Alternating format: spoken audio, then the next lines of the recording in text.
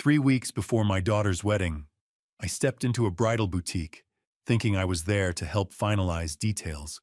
Instead, the owner suddenly grabbed my arm and whispered, "Hide in the fitting room." "You need to hear this." I demanded an explanation. She gave none, just shut the door and turned off the light. Every instinct told me to leave. I didn't. Through the thin wall, I heard my daughter's voice. Laughter, casual, relaxed. Then another familiar voice joined in. What they said next made my legs go weak, and I realized I was never meant to hear it. Thank you so much for being here and taking the time to listen to this story. Before we continue, I'd really love to hear from you. Where are you watching from today? Drop your city or country in the comments so we can connect. Also, just a quick note, this story includes some fictional details added for storytelling and learning purposes. Any resemblance to real people or places is purely coincidental, but the message behind it is very real, and I hope it stays with you. I sat motionless in that dark, fitting room as Nicholas Stone, the child I had raised, the son I had chosen, laughed about dumping me in a nursing home, and my daughter said nothing to stop him. My back pressed against the wall of fitting room 3, every muscle in my body tense. Through the thin barrier, I could hear fabric rustling as Scarlett admired herself in the mirror. Sharon's recording device sat on the shelf beside me, its tiny red light blinking silently in the darkness. I forced myself to breathe slowly, quietly, even as my world collapsed around me. Nicholas's voice cut through the moment with irritation. "You look beautiful already. Can we focus now?" Scarlett responded, her tone almost defensive. "This is my wedding dress, Nick." His reply came sharp and cold.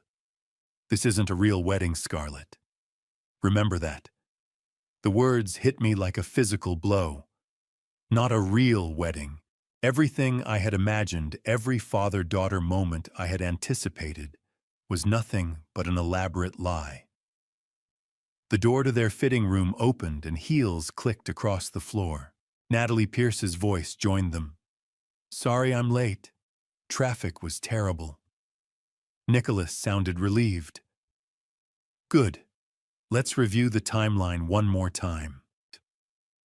Scarlett's voice carried a note of anxiety. "What if someone hears us?" Nicholas laughed dismissively. "Relax. Sharon's at the front desk. Who else would be here?" I was one wall away from them, holding my breath, separated by mere inches of plaster and betrayal. Natalie's voice shifted into business mode, clinical and precise. 3 weeks from today, Scarlett marries Graham Wells. Nicholas added casually, "Real name Aaron Mitchell, actor from Miami. 50,000 cash." Scarlett asked, uncertainty creeping into her words.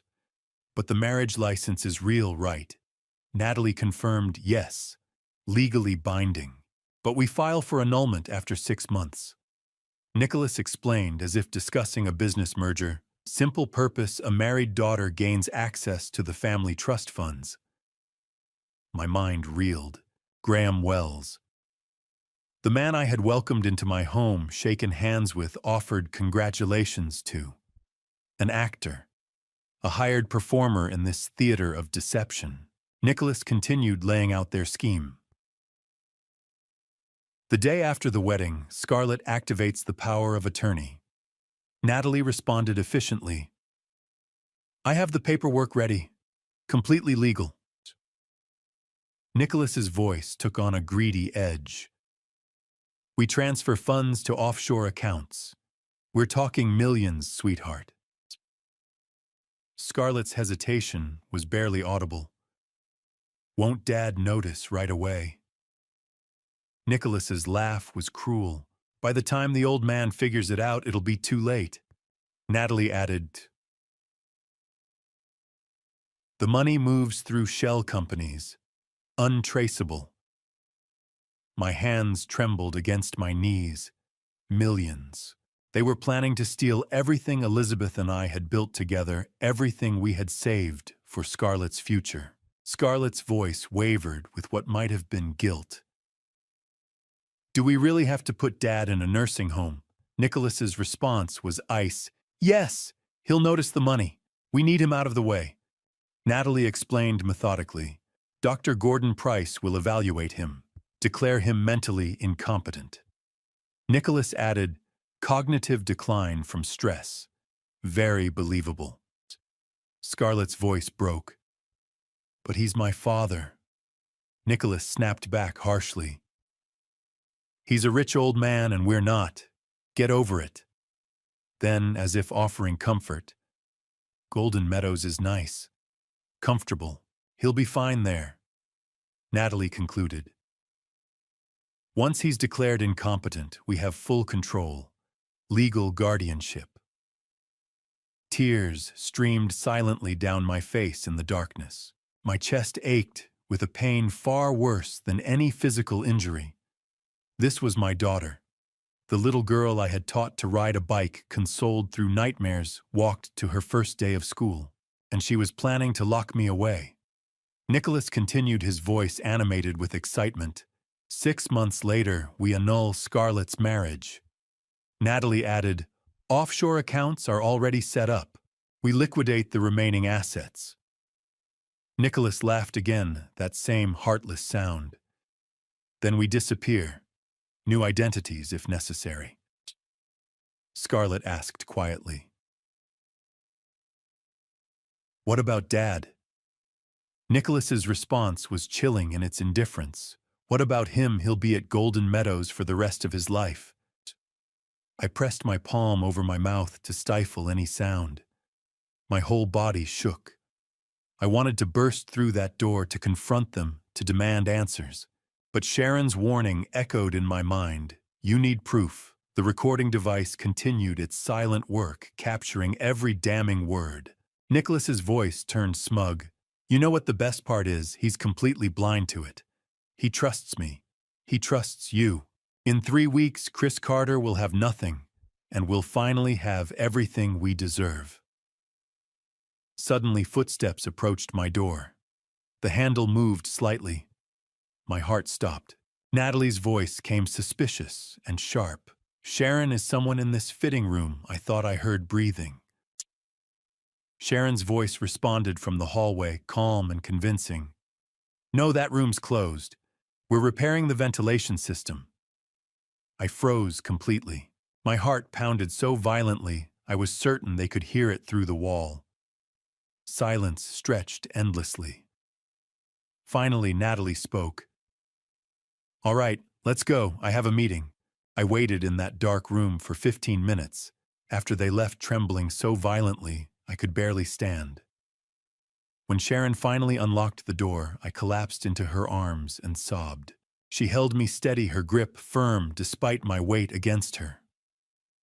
No words passed between us for a long moment. There was nothing to say that could make sense of what I had just heard. My legs felt like water beneath me, threatening to give out completely. Sharon guided me carefully down the narrow hallway, toward her private office at the back of the boutique, checking over her shoulder to ensure the shop remained empty. Inside her office, she locked the door behind us and helped me into a chair. My hands wouldn't stop shaking. She pressed a glass of water into my palm, but I couldn't lift it to my lips without spilling. Sharon wrapped my fingers around the glass more tightly and raised it for me the way I had once done for Scarlett when she was feverish as a child. Chris, I'm so sorry, Sharon said softly, pulling tissues from a box on her desk. But you needed to hear it yourself. I couldn't speak. The words caught in my throat, drowned by grief and rage and disbelief. My daughter, my son. The two people I loved most in this world, plotting my destruction as casually as planning a vacation. Sharon moved to the recording device she had hidden in fitting room 3. Her fingers worked quickly, removing a small USB drive from the equipment. I recorded everything, 47 minutes total.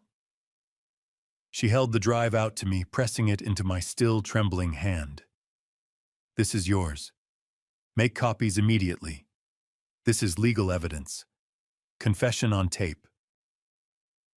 I stared at the tiny piece of plastic in my palm, this small object that contained the complete annihilation of my family.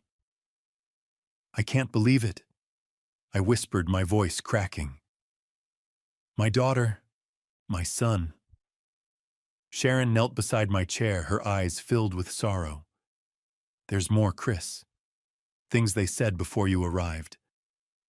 She moved to her computer, plugging in a backup drive. The audio file loaded, and she scrolled backward to a conversation from 3 days earlier. Nicholas's voice emerged from the speakers, cold and matter-of-fact. The car accident 6 months ago should have worked. Scarlett's voice responded, shock evident. What car accident? Nicholas answered without hesitation. I cut the old man's brake lines. He got lucky. Scarlett sounded horrified. You tried to kill Dad? Nicholas replied with chilling indifference. And I'll do it again if he gets suspicious before the wedding. The room spun around me. 6 months ago, I had nearly died when my car's brakes failed on a mountain road.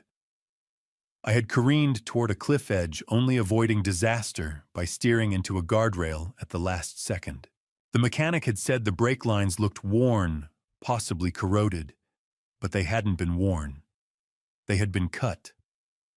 Nicholas had tried to murder me. Sharon paused the recording, watching my face carefully. Chris, are you all right? I wasn't all right. I would never be all right again.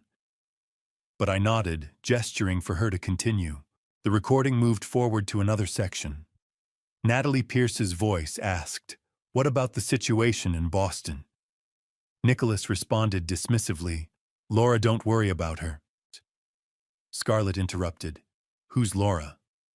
Nicholas explained casually, "Just a woman I knew in Boston.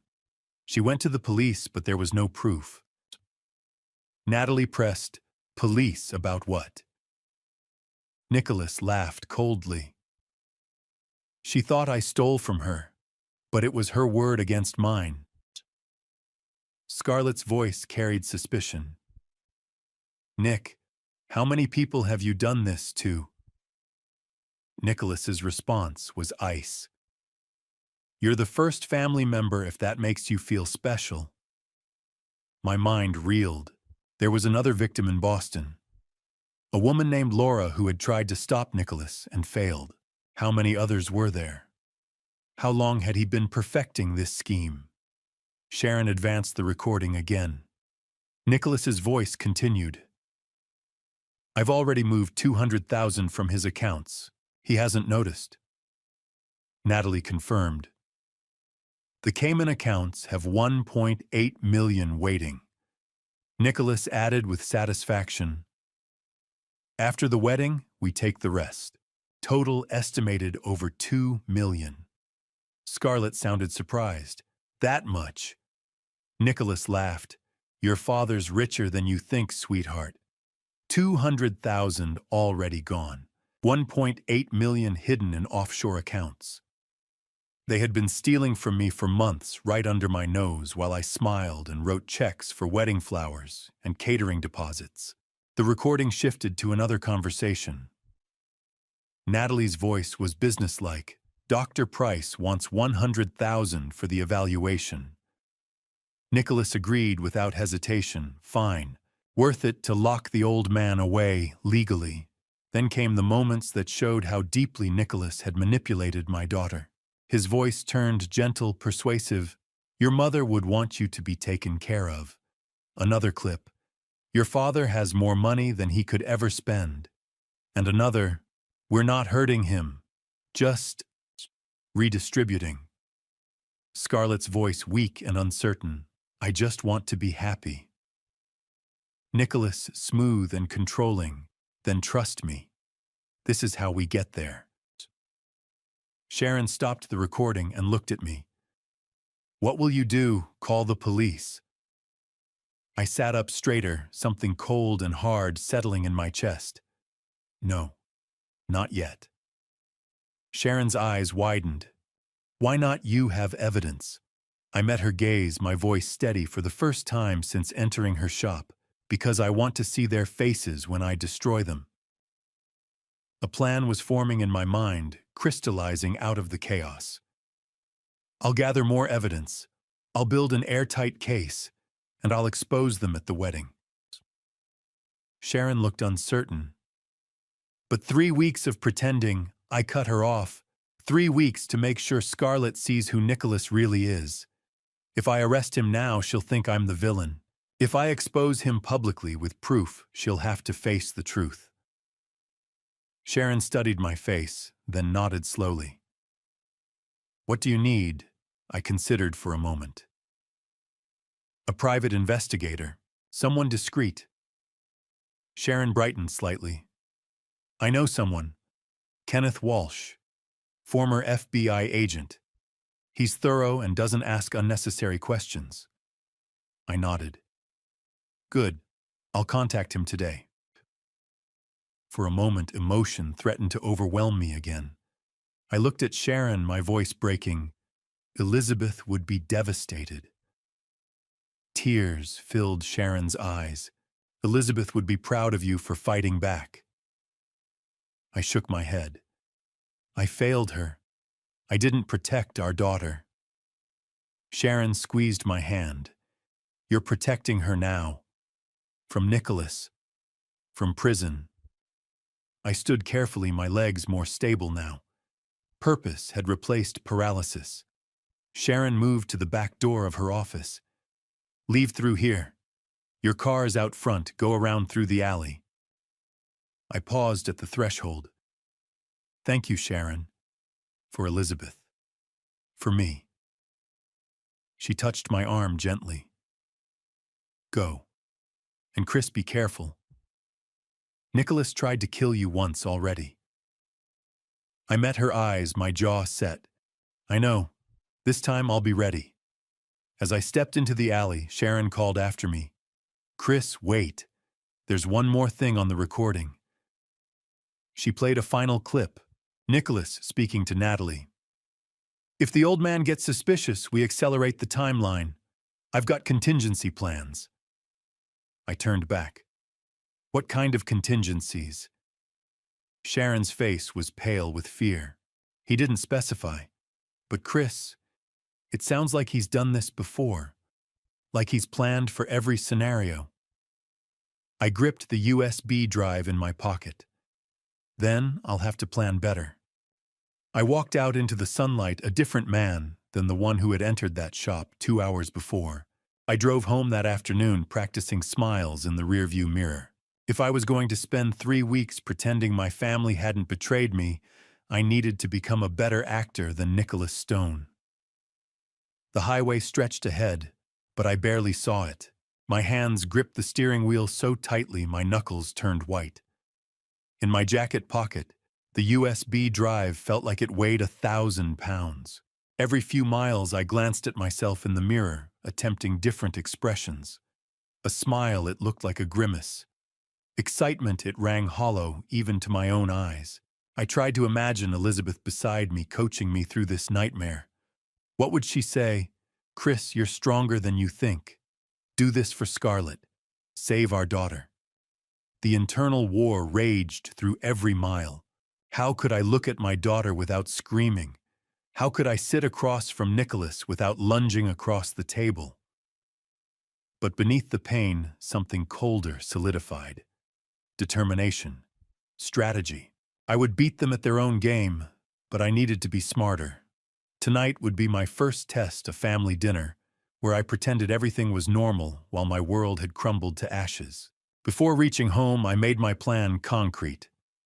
First, copy the USB immediately and hide the original. Second, contact Kenneth Walsh tonight, no matter how late. Third act, enthusiastic about every wedding detail, no matter how much it killed me. I took a deep breath and pulled into the driveway. The performance was about to begin. Scarlett was in the kitchen when I entered, humming as she chopped vegetables. The sound, so innocent, so familiar, nearly broke me. She looked up with a bright smile. Dad, how did the tuxedo fitting go? I forced warmth into my voice, channeling every ounce of willpower I possessed. Perfect. Sharon did an excellent job. You'll be proud to have me walk you down that aisle. The lie tasted like poison, but my smile held steady. Nicholas appeared from the living room, all charm and confidence. Chris, good day. He extended his hand for a shake. I took it, fighting the urge to break every bone in his fingers. Wonderful, Nick. Absolutely wonderful. His grip was firm, his smile practiced. He had no idea I knew. No idea that his entire scheme was recorded and safely in my possession. We settled around the dining room table, the same table where we had celebrated birthdays and holidays, where Elizabeth had served Thanksgiving dinners. Now it felt like a stage for an elaborate play. Nicholas launched into discussion about the guest list, mentioning relatives and business associates I hadn't seen in years. I nodded enthusiastically, making suggestions, acting like the proud father, eagerly anticipating his daughter's big day. Scarlett talked about flower arrangements and seating charts. Her voice carried an edge I hadn't noticed before. Was it guilt, nervousness? I responded with interest, asking questions about centerpieces and menu selections, all while my mind screamed the truth I couldn't speak. She was planning to destroy me while discussing whether to serve salmon or chicken. Then came the hardest moment. Scarlett's eyes grew misty as she looked at the empty chair at the table's head, Elizabeth's chair. "I wish Mom could be here to see this," she whispered. She always said my wedding would be the happiest day of her life. The room seemed to tilt. I gripped the edge of the table, fighting to maintain composure. Elizabeth, my beautiful, trusting wife, who had loved Scarlett unconditionally, who had welcomed Nicholas into our home, who had died believing our family was whole and loving. Thank God she couldn't see this betrayal. I cleared my throat carefully. Your mother is watching, sweetheart, and she's so proud of you. The words nearly choked me. Scarlett reached across and squeezed my hand, tears sliding down her cheeks. I wondered if any of her emotion was genuine, or if she had learned manipulation from Nicholas so thoroughly that even her grief was performance. Nicholas shifted the conversation smoothly, demonstrating the calculated control I now recognized. Chris, I've been meaning to mention I scheduled a checkup for you with Dr. Price next week. Just routine. We want to make sure you're in top shape for all the wedding festivities. His tone was casual, concerned, perfectly pitched. This was the trap Sharon had warned about. Doctor Gordon Price paid to declare me incompetent. I met Nicholas's eyes evenly, forcing my expression to remain grateful. That's thoughtful of you, Nick. I appreciate you looking out for me. I watched satisfaction flicker across his face. He thought I was walking willingly into his snare. Dinner finally ended. Scarlett hugged me goodnight, her embrace feeling like both comfort and Judas's kiss. Nicholas clapped my shoulder, wishing me pleasant dreams. I climbed the stairs to my study, counting each step, holding myself together until the door closed behind me. At 10 o'clock, I locked the study door and exhaled for what felt like the first time in hours. The USB drive emerged from my pocket. I inserted it into my computer and began making copies, 3 in total. I would hide them in different locations, one in my office safe, one in a safety deposit box, one with my attorney. No matter what Nicholas tried, this evidence would survive. Next, I opened my email. Sharon had given me Kenneth Walsh's contact information. I typed carefully, "Mr. Walsh, I require assistance with a sensitive family matter. Urgent. Can we meet tomorrow morning?" I stared at the message, my finger hovering over send. Once I pressed that button, there was no turning back. This investigation would lead wherever it led, even if it meant sending my daughter to prison. I clicked send. The reply came within minutes. 10 a.m. tomorrow, my office. Come alone. Kenneth Walsh didn't waste words. good. I needed efficiency, not sympathy. I pulled out a legal pad and began constructing a timeline. Elizabeth's death 2 years ago. Nicholas's increasing involvement in Carter Holdings. The brake line accident 6 months ago that nearly killed me. The $200,000 already stolen. The wedding scheduled for 3 weeks from now. The planned transfer to Golden Meadows nursing home. Every detail needed documentation, every pattern needed evidence. A knock at the door shattered my concentration. I quickly closed my laptop and shoved the legal pad into a drawer. Yes. My voice came out steadier than I felt. Dad, are you still awake? Scarlett's voice filtered through the wood. Can we talk? My heart hammered. What did she want? Had Nicholas sent her to test me? Had I made some mistake during dinner that revealed my knowledge? I opened the door, arranging my features into paternal warmth. Of course, sweetheart. What's on your mind? Scarlett stood in the hallway, her eyes brimming with unshed tears. She looked young, suddenly vulnerable, like the little girl who used to come to me with scraped knees and bad dreams. I just wanted to make sure you're happy, she said softly. About the wedding? About everything. I studied her face, searching for sincerity beneath the potential deception. Was this guilt? Second thoughts? Or another layer of manipulation? Why wouldn't I be happy? I asked carefully.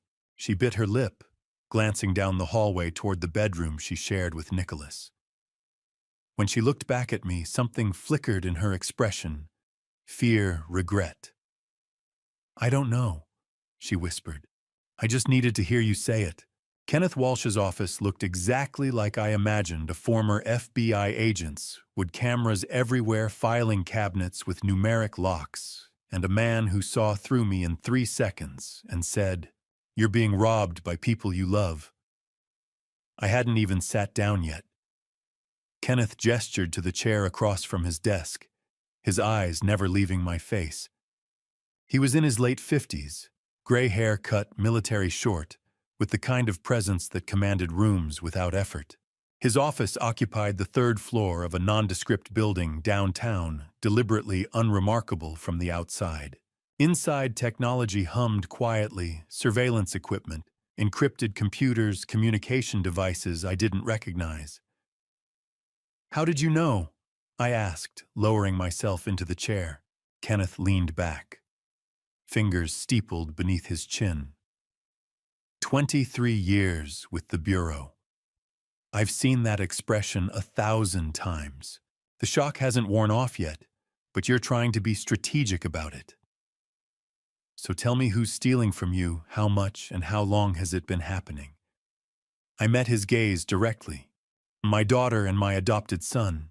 Millions of dollars. At least 3 years, possibly longer. Kenneth didn't flinch, didn't show surprise. He simply pulled a notepad closer and clicked his pen.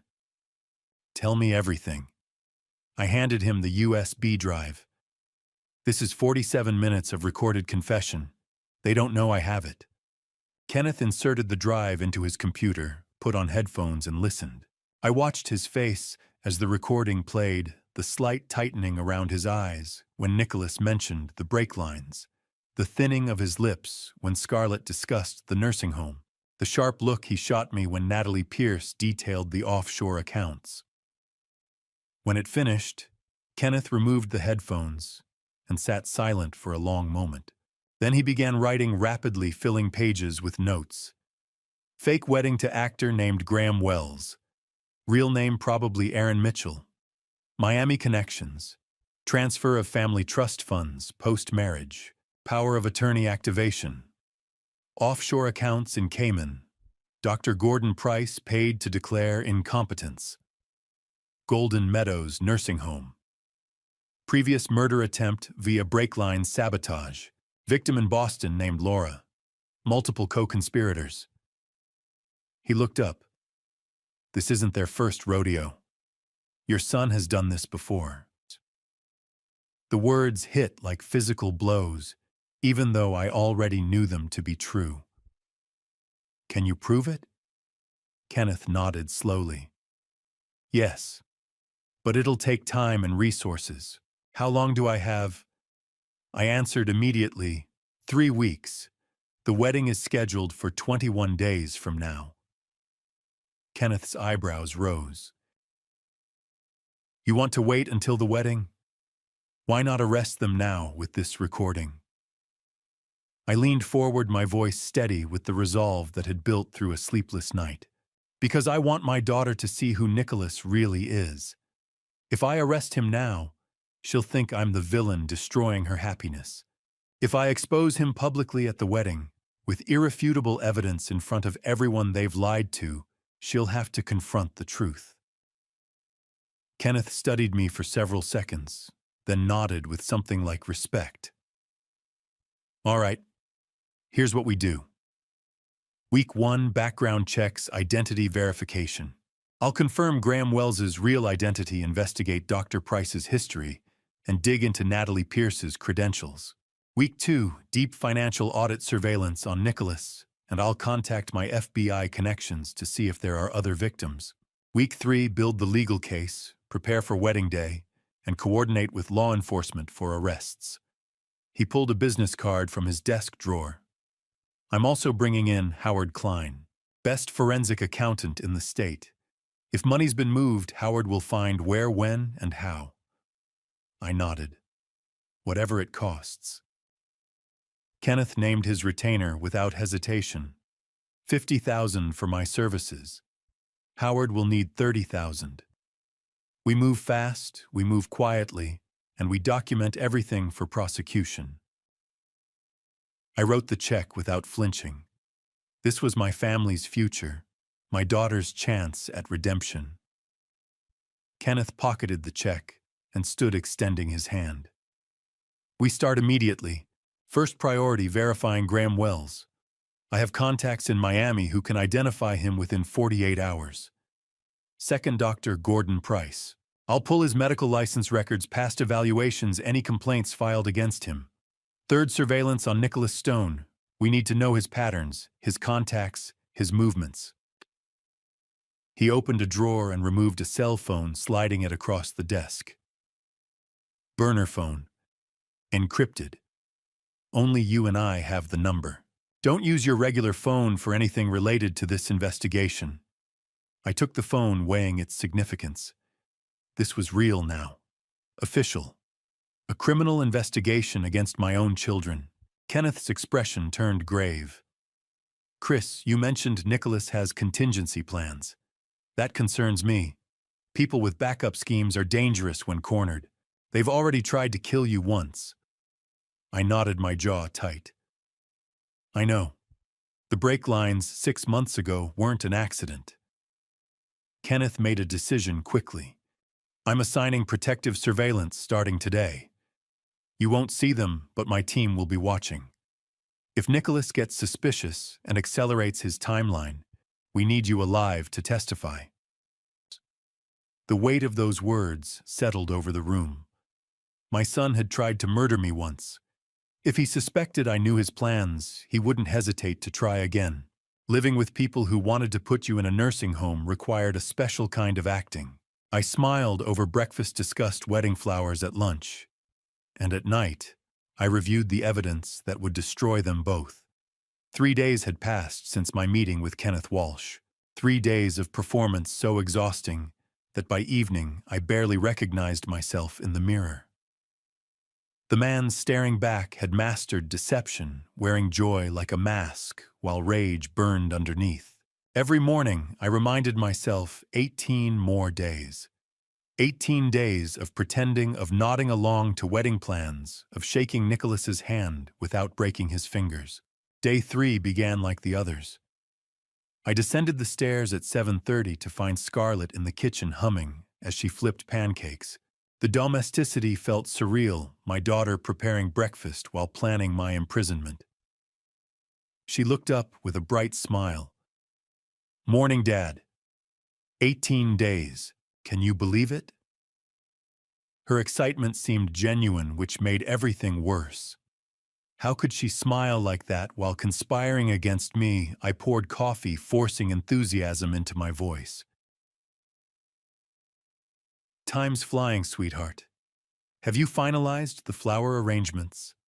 She launched into details about roses versus peonies, centerpiece heights, and color schemes. I nodded appropriately, asked meaningless questions, and wondered if any part of her still loved me. Nicholas joined us 10 minutes later, impeccably dressed. He kissed Scarlett's cheek and clapped my shoulder with false warmth. "Chris, good morning. That appointment with Dr. Price, I scheduled it for Friday at 2 o'clock. That works for you, right?" His tone was casual, but I caught the steel underneath. This wasn't really a question. I met his eyes over my coffee cup, keeping my expression grateful. "Friday's perfect, Nick. I appreciate you handling this." Scarlett turned from the stove, concern crossing her features. "Dad, are you feeling all right? You seem tired lately." The worry in her voice sounded genuine. Perhaps guilt was keeping her awake too. I waved away her concern. "Just wedding excitement, honey. Lots on my mind." Nicholas smiled, that practiced smile. "Yet all the more reason for the checkup. We want you in top form for walking Scarlett down the aisle." The manipulation was masterful, framing his trap as concern for my health, for my role in her wedding. After breakfast, I retreated to my study. The encrypted phone Kenneth had given me buzzed precisely at 9 o'clock. His message was brief. "Check secure email, findings attached." My heart rate accelerated as I logged into the untraceable account Kenneth had set up. The files loaded. Each document peeled back another layer of Nicholas's carefully constructed lies, revealing the rot beneath. Graham Wells's file appeared first. Real name Aaron Mitchell, age 34, from Miami. Criminal record included fraud, identity theft, and impersonation. He had posed as a lawyer, a doctor, even a minister. Current employment: actor for hire in elaborate cons. Bank records showed a $50,000 deposit from an LLC traced back to Nicholas. My daughter's fiancé was a professional criminal, hired like a caterer. Dr. Gordon Price's file was equally damning. Licensed psychiatrist with a corrupt history. 3 previous cases where his competency evaluations had been challenged in court. One overturned completely when evidence emerged of falsified diagnoses for money. His medical license hung by a thread.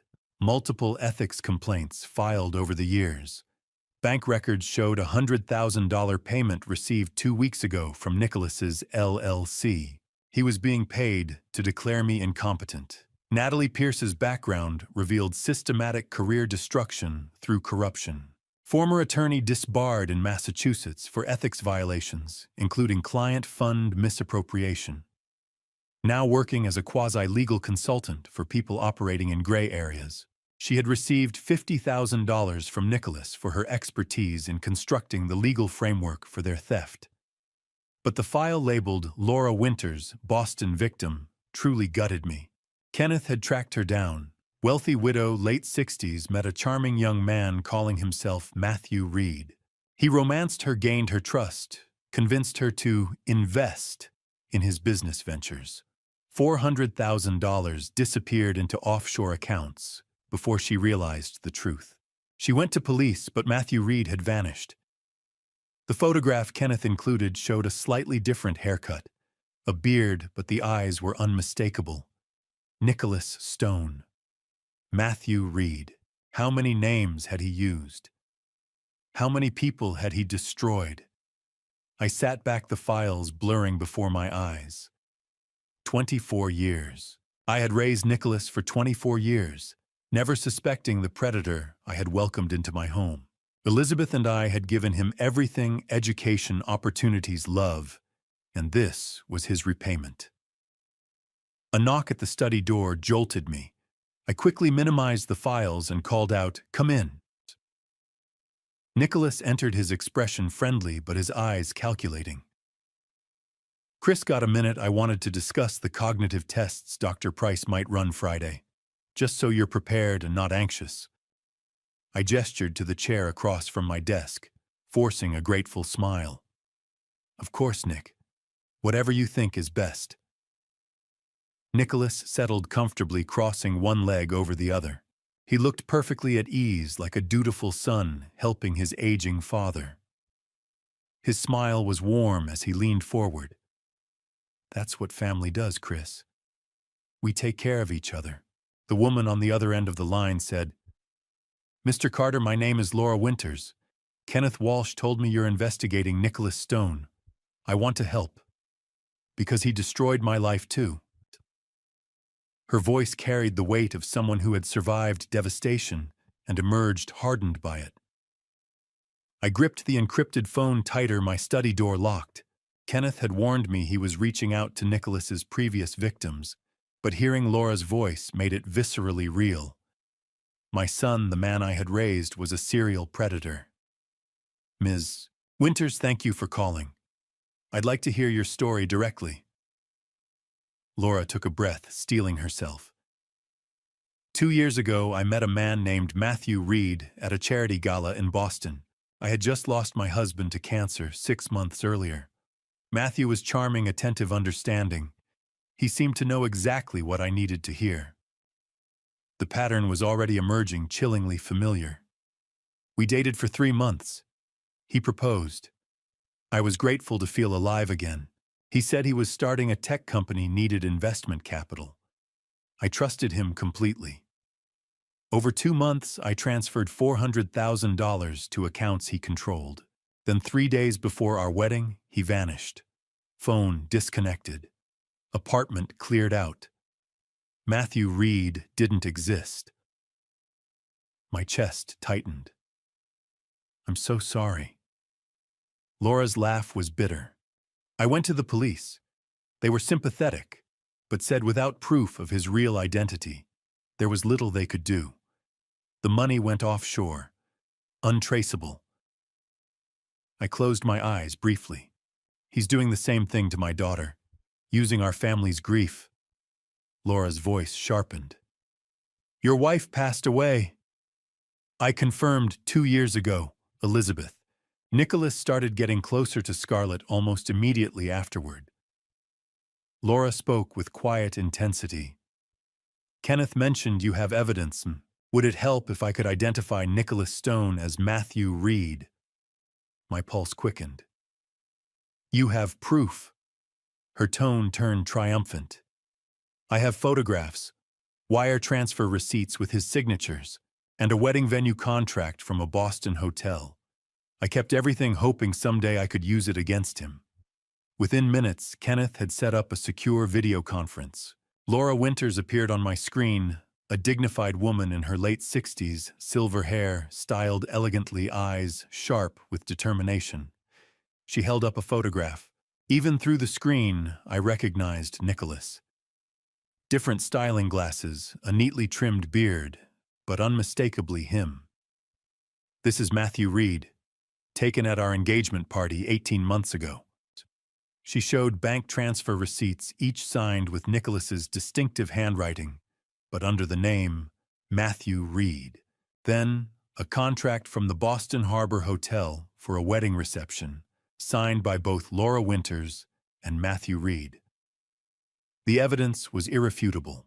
Nicholas had targeted Laura with the same calculated precision he was now using on our family. The realization struck me he had used my company's money to fund those Boston trips. All those business conferences I had approved expenses for. He had been courting Laura, stealing her money, while simultaneously stealing mine. Mrs. Winters, I said carefully. Nicholas targets wealthy people who have recently lost someone they love, grieving and vulnerable. Laura nodded, understanding dawning. Your daughter lost her mother. He's exploiting her grief. I thought of Scarlett, how Nicholas had been there constantly, after Elizabeth's funeral, supporting her, consoling her, gradually isolating her from friends. My daughter wasn't a willing criminal. She was a victim he had manipulated into becoming his accomplice. What can I do to help? Laura asked.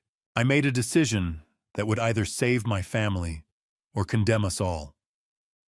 In 16 days, there's going to be a wedding. 300 guests. Nicholas is supposed to marry my daughter to access her trust fund. I want to expose him publicly. Would you be willing to attend? To confront him with the truth about Matthew Reed. Laura didn't hesitate. I'll be there. I've waited 2 years for a chance to see that bastard face consequences. Relief washed over me. Thank you. Kenneth will coordinate the details. After Laura disconnected, Kenneth's face remained on the screen. His expression was grim. Chris, there's something else. The planning for your family's theft started 3 years ago, right after Elizabeth's death. The words hit like a physical blow. He used my wife's death as a launching point. Kenneth nodded slowly. He identified your family as targets while you were grieving. But there's more. I'm having trouble verifying Nicholas Stone's background before he came to you at age 15. It's like he didn't exist. My blood ran cold. What are you saying? Kenneth's voice was measured but serious. I'm saying Nicholas Stone might be a completely fabricated identity. We may not even know his real name. Howard Klein spread 40 pages of bank statements across the conference table and said, Mr. Carter, your son has been stealing from you for 36 months. The total is $2,317,450. And that's just what I've found so far. The number hit me like a physical blow. I had known Nicholas was stealing, had heard him discuss millions on the recording, but seeing the precise figure documented, itemized, undeniable made it devastatingly real. Kenneth Walsh sat beside me in Howard's downtown office, his expression grim as the forensic accountant continued his presentation. Outside the window, the city moved through its normal Tuesday afternoon rhythm, oblivious to the financial devastation being unveiled in this conference room. Howard Klein was exactly what Kenneth had promised, methodical, thorough, and relentless.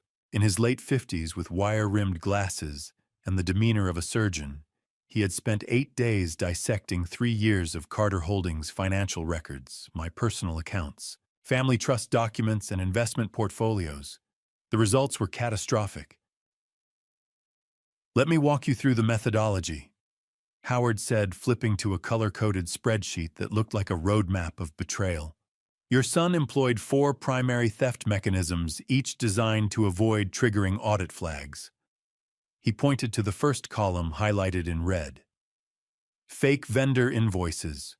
Nicholas created shell companies, NRS Holdings, Stone Consulting Group, Carter Advisory Services, all legitimate-sounding names. He submitted invoices for services never rendered. Total from this method, $890,000. I stared at the numbers, my hands clenched beneath the table. Those company names I had approved those payments myself, trusting Nicholas's explanations about business development consultants and strategic advisors. Every signature I had provided had been another nail in my own coffin. Howard continued, pointing to the yellow column. Fraudulent expense reports, business trips that never happened, client dinners at restaurants that don't exist, conference registrations for events he never attended. He was remarkably creative, mixing real expenses with fake ones to avoid detection. Total $340,000. Those Boston trips to court Laura Winters, those Miami trips to hire Graham Wells, all funded with my money, documented as legitimate business expenses. The green column came next. Direct transfers to shell companies. These were larger movements disguised as investment opportunities or business acquisitions. The money flowed through multiple intermediary accounts before landing offshore. Total $510,000. Howard's finger moved to the final column marked in blue. Family Trust Fund embezzlement. This was the most sophisticated. Nicholas had Natalie Pierce create legal documents giving him limited power of attorney over certain trust accounts. He systematically withdrew funds, always staying just below the threshold, that would require board approval. Total $577,000. The room spun slightly. Howard looked at me with something like sympathy. Mr. Carter, the total documented theft is $2,317,450, and I believe there's more I haven't found yet. Kenneth leaned forward. Where did the money go? Howard pulled up another document, this one showing a complex web of accounts and transfers. Ultimately, the Cayman Islands. Multiple accounts, but they converge on one primary destination. He highlighted a name that made my blood run cold: S. Carter Hayes. Scarlett Carter Hayes, I whispered. Howard nodded. Hayes is presumably the married name she'll use after the wedding. The account was established 6 months ago, with both Nicholas Stone and Scarlett Carter as co-signatories. However, he pulled up another document. There's a secondary authorization that would allow Nicholas to move funds without Scarlett's approval after a 30-day period following the wedding. Kenneth's jaw tightened. He was always planning to cut her out. I felt sick. My daughter thought she was partnering with Nicholas, but he had been planning to rob her too, leaving her to face the consequences while he disappeared with everything. Howard wasn't finished. He pulled out another file, this one much thinner. During my investigation, I found some interesting cash withdrawals. One in particular caught my attention. He showed me a bank slip, $15,000 in cash withdrawn by Nicholas on the exact date 6 months ago when my car's brake lines failed. I cross-referenced this with some research Kenneth provided. There's a mechanic named A. Rodriguez who deposited $15,000 in cash the day after your accident. He's since disappeared, moved to Mexico, no forwarding address. The implications were clear. Nicholas had paid someone to sabotage my car to murder me. The evidence was mounting, each piece more damning than the last.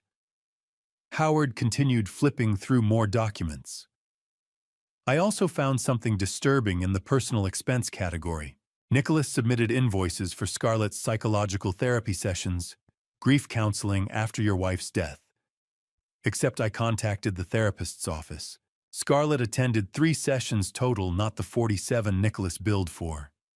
He pocketed approximately $18,000 by exploiting his sister's grief. My daughter's pain monetized. Nicholas had found a way to profit even from Scarlett's mourning. The cruelty was breathtaking. Kenneth spoke up. Howard, what about the escape plan? Howard's expression darkened. That's where it gets interesting. I found airline reservations, a one-way ticket to Grand Cayman departing 2 days after the wedding. He paused for emphasis. 1 ticket, not 2. Just Nicholas. I closed my eyes. Scarlett had no idea. She thought they were partners planning a future together. Nicholas was planning to abandon her immediately after the wedding, leaving her to face criminal charges alone while he vanished with millions. Kenneth pulled out his phone. I've been in contact with FBI Special Agent Monica Blake. She's been building a case against Nicholas for interstate fraud. With your evidence and Laura Winters' testimony, we have enough to freeze the Cayman accounts. I looked up sharply. When? Kenneth's smile was grim. Wedding morning. The accounts will be frozen before Nicholas can transfer a single dollar. He'll be trapped. Howard held up one final document. There's one more thing. I found another account, this one in Singapore. $3.2 million. The number was staggering. Singapore. Where did that money come from? Howard shook his head slowly. I don't know yet. It's not from your accounts, which means Nicholas has other victims we haven't identified. This is bigger than we thought. Before I could process this revelation, Kenneth's phone buzzed. He glanced at the screen, his expression shifting to alarm. It's my surveillance team. He answered, listened for 30 seconds, then looked at me with concern. Chris Nicholas is at a storage facility across town. My team says he's moving boxes, documents, computer equipment, large amounts of cash. He's preparing to run. My heart raced. The wedding is still 13 days away. Why would he run now? Kenneth stood already moving toward the door. Either he's gotten suspicious or he's accelerating his timeline. Either way, we need to move fast. The surveillance photos showed my son loading boxes into a storage unit at midnight. Kenneth's next words made my blood run cold. Chris, he's not just preparing to run. He's preparing to disappear completely. We sat in Kenneth's office at 2 a.m, the city dark beyond the windows. His surveillance team had been following Nicholas for 6 days, documenting his movements, photographing his meetings, intercepting his communications. The evidence sprawled across Kenneth's desk. Printed photographs, transcribed messages, GPS tracking logs, each piece revealing another layer of Nicholas's betrayal. Kenneth pushed the first batch of photos toward me. These were taken 3 days ago. Boston, the Marriott downtown parking garage. I picked up the top photograph, and the world tilted. Nicholas pressed against a car, kissing Natalie Pierce. Not a friendly peck, not a professional greeting, a deep, passionate kiss between lovers. The timestamp showed 11:47 p.m. I checked my calendar. 3 days ago, Nicholas had told Scarlett he was attending a business dinner in Boston. She had smiled, kissed his cheek, told him to drive safely. Kenneth laid out more photos in chronological sequence. Nicholas and Natalie entering a hotel together, leaving separately 2 hours later, meeting at a coffee shop, sitting close, holding hands across the table. Another photo showed them at a restaurant. Natalie laughing at something, Nicholas said, his hand resting possessively on her knee. "How long has this been going on?"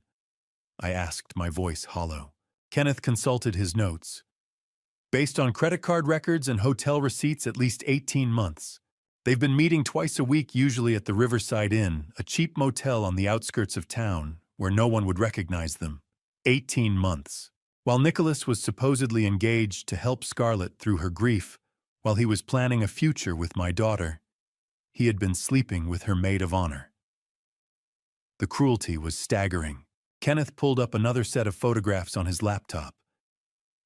"This is from last night. The storage facility." The images showed Nicholas arriving at 11:30 p.m. in a rental car, not his usual vehicle. He opened Unit 247 and began loading boxes inside. Kenneth zoomed in on one photo. Inside the unit, clearly visible, were stacks of cash, multiple laptops, and several passports spread on a table. "Can you enhance that?" I pointed to the passports. Kenneth clicked through several filters until the image sharpened. The passport photo was Nicholas, but the name read Robert Mitchell. Another showed Michael Ross. A third, David Stone. "He's got at least 3 complete identities ready," Kenneth said. "Passports, driver's licenses, credit cards, birth certificates. These aren't cheap fakes, they're professional grade, probably cost him $50,000 each." I stared at the screen. Nicholas had been planning this for years, building escape routes, creating fallback identities. This wasn't opportunistic theft, it was a meticulously orchestrated operation. Kenneth opened another file. "Chris, we intercepted text messages between Nicholas and Natalie. I'm warning you, they're difficult to read." He handed me printed transcripts.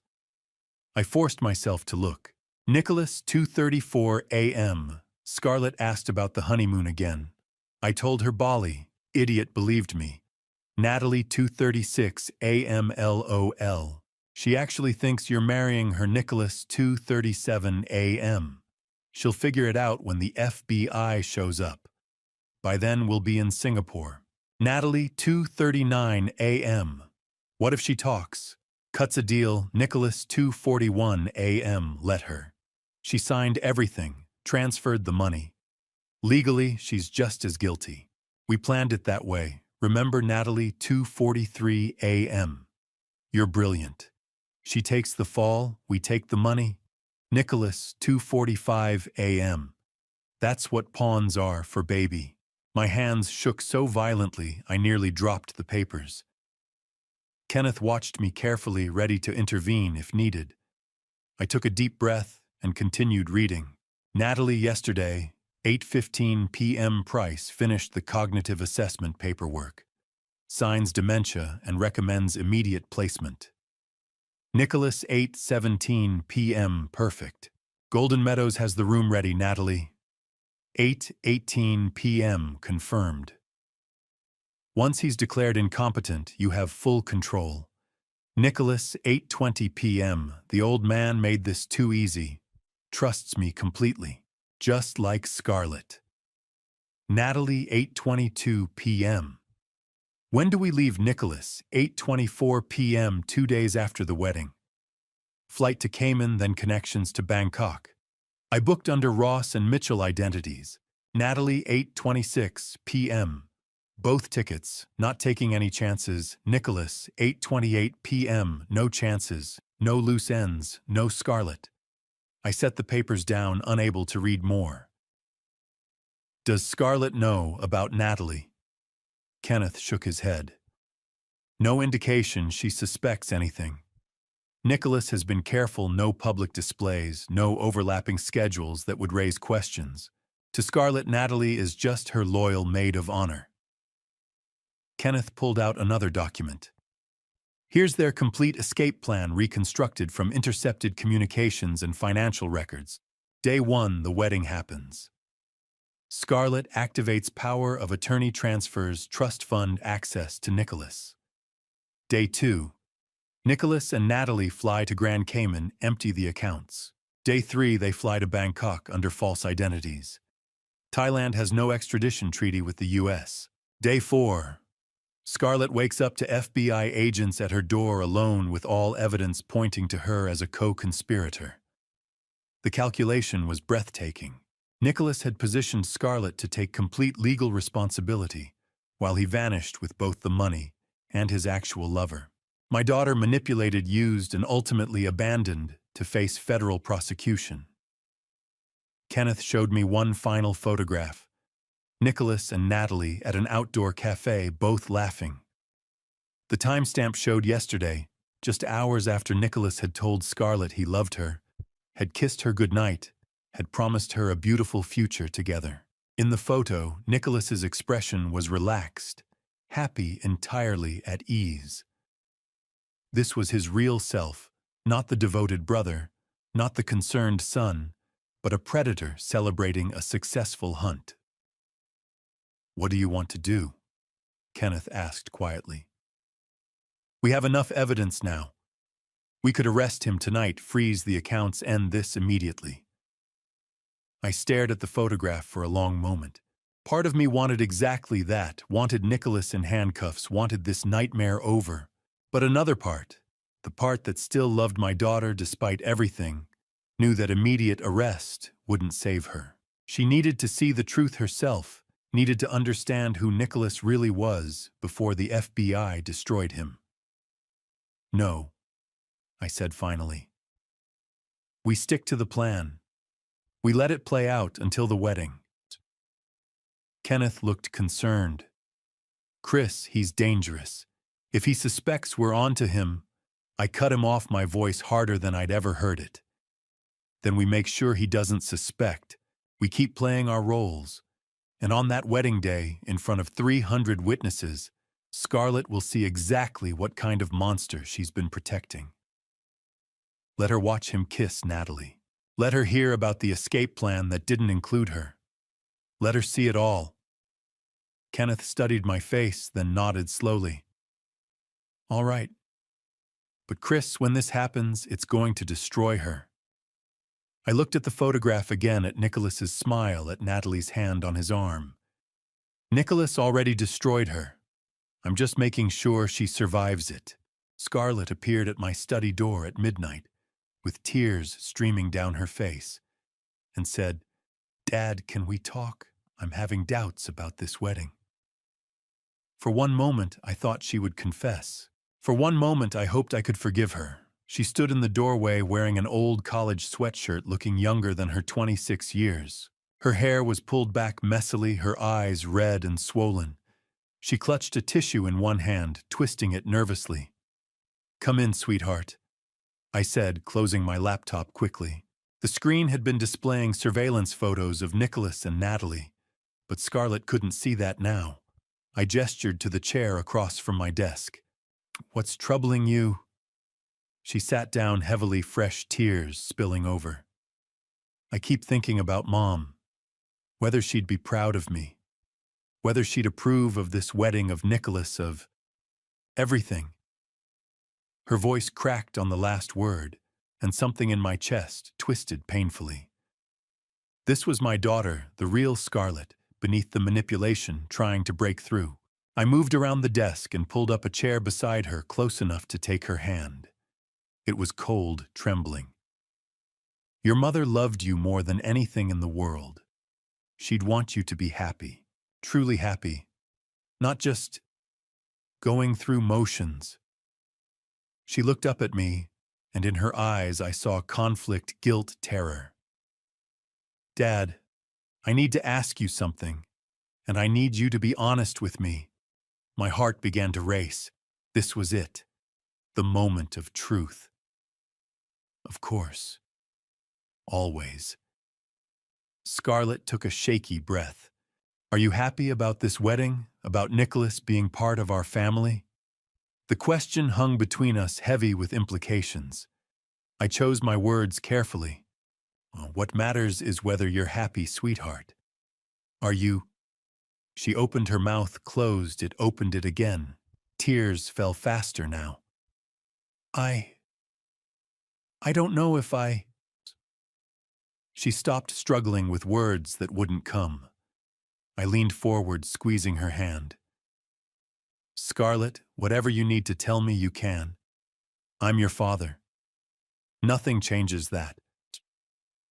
Her eyes met mine, and I saw she was on the edge of confession.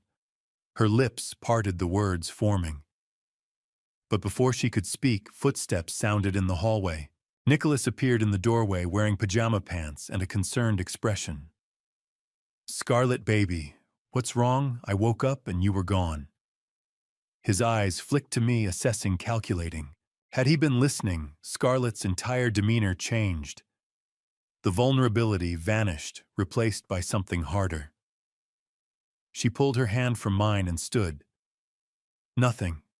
Just wedding jitters." Dad was helping me calm down.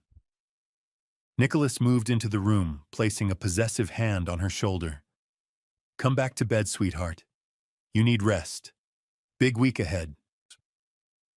Scarlett glanced back at me, and for a fraction of a second, I saw desperation in her expression. Then Nicholas guided her toward the door, his hand firm on her back, and she went willingly. As they left, I heard him whisper, "Remember what we talked about, stay focused. We're so close. Don't ruin it now." The door closed. I sat alone, my hands shaking with frustration and heartbreak. She had been so close to telling me, so close to choosing the right path. And Nicholas had stopped her reasserting control with just a few words. I stood and walked to Scarlett's childhood bedroom.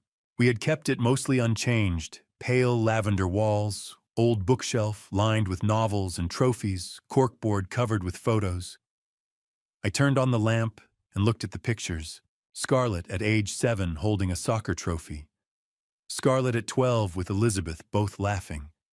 Scarlett at 16 in her prom dress. And one of all 4 of us, me, Elizabeth, Scarlett, and Nicholas at his high school graduation. We looked like a perfect family. I pulled that photo off the board and studied Nicholas's face. Even then, at 18, there was something calculating in his eyes that I had missed. How long had he been planning this? Had he ever loved us at all? I made a decision in that moment. I would expose Nicholas in the cruelest, most public way possible. Not for revenge, though God knows I wanted that, but because it was the only way to save Scarlett. She needed to see him for what he truly was needed. The scales ripped from her eyes so violently she could never deny the truth. Back in my study, I pulled out a large manila envelope and began assembling documents. First, disinheritance papers already signed by my attorney. Second, FB. Arrest warrants prepared by Special Agent Monica Blake waiting only for my signal. Third, surveillance photos of Nicholas and Natalie kissing, embracing, planning their escape. Fourth, forensic accounting reports showing every stolen dollar. Fifth, evidence of the brake line sabotage. Sixth, Laura Winters' sworn testimony identifying Nicholas as Matthew Reed. Then I wrote a letter. My hand shook as I formed the words, "Scarlett, by the time you read this, you will know the truth about Nicholas Stone. I am giving you a choice. Cooperate with the FBI, testify against Nicholas, and accept probation. Or remain loyal to him and face federal prosecution that could mean 20 years in prison. Choose wisely. Choose for yourself, not for him. I love you. Always. Dad." I sealed everything in the envelope and labeled it for Scarlett Carter, to be opened after arrests. Kenneth called at 1:30 a.m. "Chris, it's confirmed. The Cayman accounts freeze at 8 a.m. on the wedding day. The moment Nicholas tries to access them, he'll get an error message. He'll be trapped." I closed my eyes, feeling grim satisfaction. "Good. What about the FBI?" Kenneth's voice turned cautious. "That's why I'm calling. Agent Blake wants to arrest Nicholas immediately. She says he's too dangerous, too likely to run.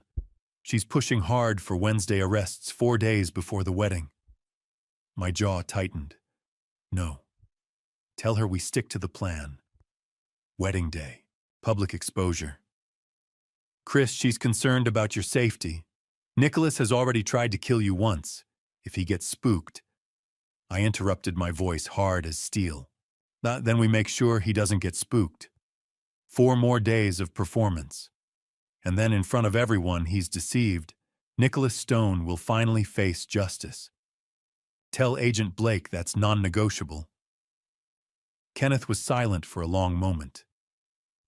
"All right. But you're taking a hell of a risk." I looked at the envelope containing my daughter's future. I'm taking the only risk that might save her. Special Agent Monica Blake spread crime scene photos across the conference table and said, "Mr. Carter, Nicholas Stone is a professional criminal. We've connected him to 3 other fraud cases, 2 attempted murders, and 1 suspicious death." The FBI field office conference room was sterile, and cold fluorescent lights humming overhead. Monica Blake sat across from me, flanked by 2 other agents. Kenneth Walsh sat to my right, his expression grave. We had been summoned after my insistence on waiting for the wedding day arrests reached the Bureau's attention. Agent Blake wanted to change my mind. She was in her early 40s, sharp-eyed and no-nonsense, with the bearing of someone who had seen humanity's worst. She tapped one of the photos. "This is what we're dealing with. Not some opportunistic thief, but a predator who has perfected his craft for over a decade." I forced myself to look at the photos. Crime scenes, court documents, mugshots of Nicholas under different names. Each image was a hammer blow to whatever remained of my paternal illusions. Agent Blake pulled out a file folder. "Federal charges. We're prepared to file wire fraud, money laundering conspiracy to commit murder, identity theft, interstate transportation of stolen property. If convicted on all counts, Nicholas Stone is looking at 20 to 30 years in federal prison, possibly more." Kenneth leaned forward. "What about the other cases you mentioned?" Blake opened another folder. 2015, Seattle, Washington. Nicholas, using the name David Sterling, targeted a wealthy widow named Margaret Chen. Over 6 months, he convinced her to invest $800,000 in fake real estate development. When she started asking questions, she died in a fall down her basement stairs. My stomach turned. "You think he killed her?" Blake's expression was carefully neutral. Local police ruled it accidental, but Mrs. Chen's daughter insisted her mother was terrified of basements, never went down there alone. The medical examiner noted bruising inconsistent with a simple fall. No charges were filed, insufficient evidence. But David Sterling disappeared the day after her funeral, and the $800,000 was never recovered. She pulled out another file. Divi Tukstoshi Aston Padsmit. Denver, Colorado. Nicholas operated as James Carrington, befriending businessman Robert Paulson. Same pattern: gained trust, manipulated finances, embezzled $1.2 million. When Paulson discovered the theft and threatened prosecution, his car's brake lines failed on a mountain road. I gripped the edge of the table. Like mine. Blake nodded. Exactly like yours. Paulson survived but suffered severe injuries. He couldn't identify who tampered with his vehicle. James Carrington vanished before police could question him. We didn't connect these cases until Kenneth brought us your evidence. Another agent spoke up, younger, with a tablet. We've identified possible victims in Phoenix, Atlanta, and Miami. We're still gathering evidence. But the pattern is consistent. Nicholas targets wealthy individuals, often recently bereaved, establishes relationships, steals systematically, then disappears. When victims get too close to truth, he escalates to violence. The scope was staggering. Nicholas wasn't just a con man, he was a serial predator operating across the country for years. And I had welcomed him into my home at age 15, given him my name, raised him as my son. Blake leaned back, studying me. Mr. Carter, this is why we want to arrest him immediately. Nicholas Stone is dangerous. The longer we wait, the higher the risk he'll sense the trap and either flee or do something desperate. I met her gaze steadily. Agent Blake, I understand your concern, but my daughter is also facing charges. If we arrest Nicholas now, she'll believe he's the victim, that I destroyed her happiness. She'll defend him, possibly perjure herself trying to protect him. Blake's expression softened slightly. I sympathize, but we can't risk. I interrupted, my voice firm. If we expose him at the wedding with 300 witnesses, with Laura Winters testifying with photographic evidence of his affair with Natalie Pierce, Scarlett will have no choice but to face reality. That's her only chance at redemption. Kenneth added his support. Monica, we have round-the-clock surveillance on Nicholas. If he makes any move to flee, we execute arrests immediately. But Chris is right. This public exposure is Scarlett's best chance to cooperate rather than obstruct. Blake exchanged glances with her colleagues, then sighed. All right, we'll wait. But the moment Nicholas shows signs of running, we move. Agreed. I nodded. Agreed.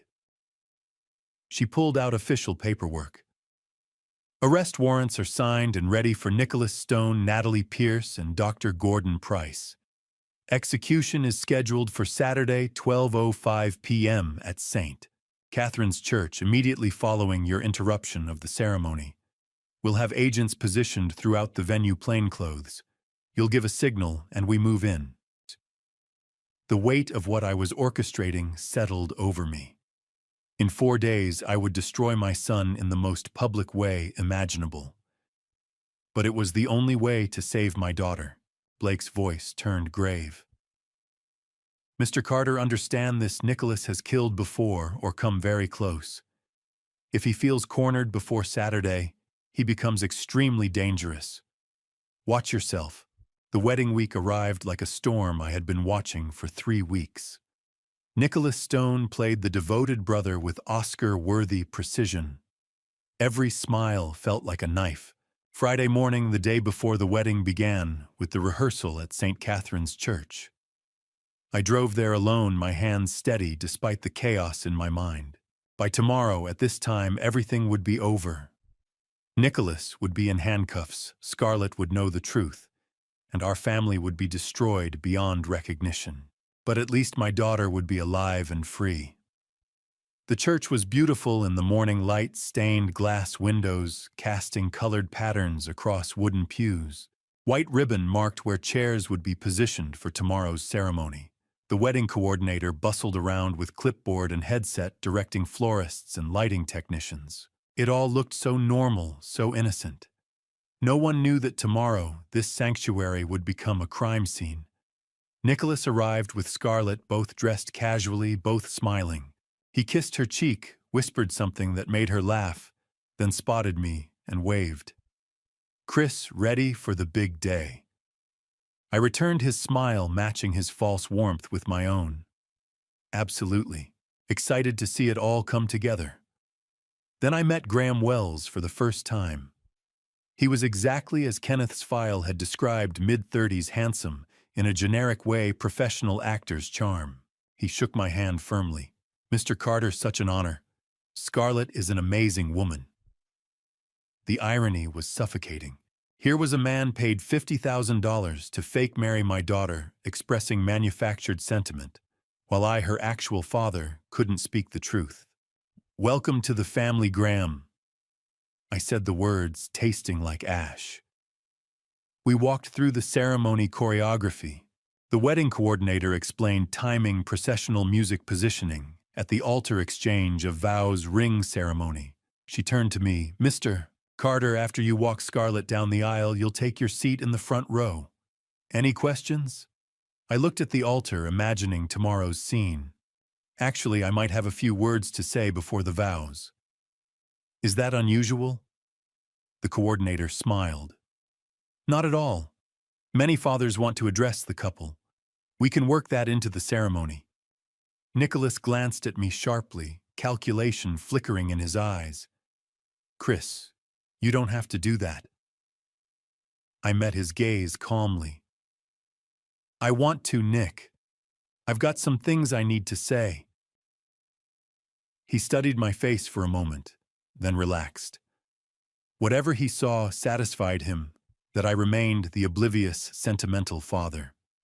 That evening, the rehearsal dinner took place at Marcello's, an upscale Italian restaurant Nicholas had chosen.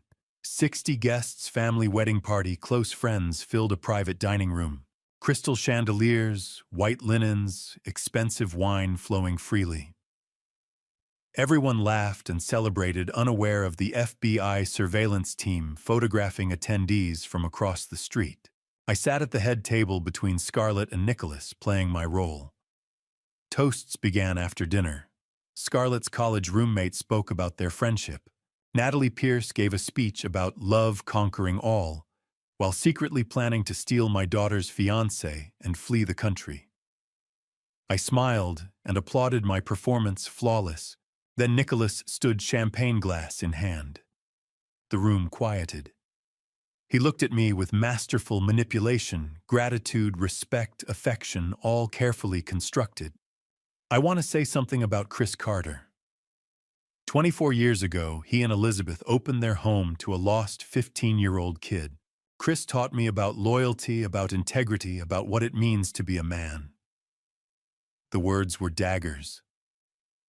Around the room, people smiled, some wiping away tears. Scarlett squeezed my hand. Nicholas continued. Chris, you've been more than a father. You've been my example, my mentor, my hero. Tomorrow, as I marry your daughter, I promise to honor the values you instilled in me, to protect this family the way you've always protected us. The room erupted in applause. Nicholas raised his glass. To Chris Carter, the best father a son could ask for. Everyone drank. I stood slowly, my own glass in hand. The room quieted. I looked at Nicholas, then at Scarlett, then at the gathered guests. Thank you, Nick. That means more than you know. I've watched you grow over these years, and tomorrow will indeed be a revelation. A day when everyone here will see exactly who you've become.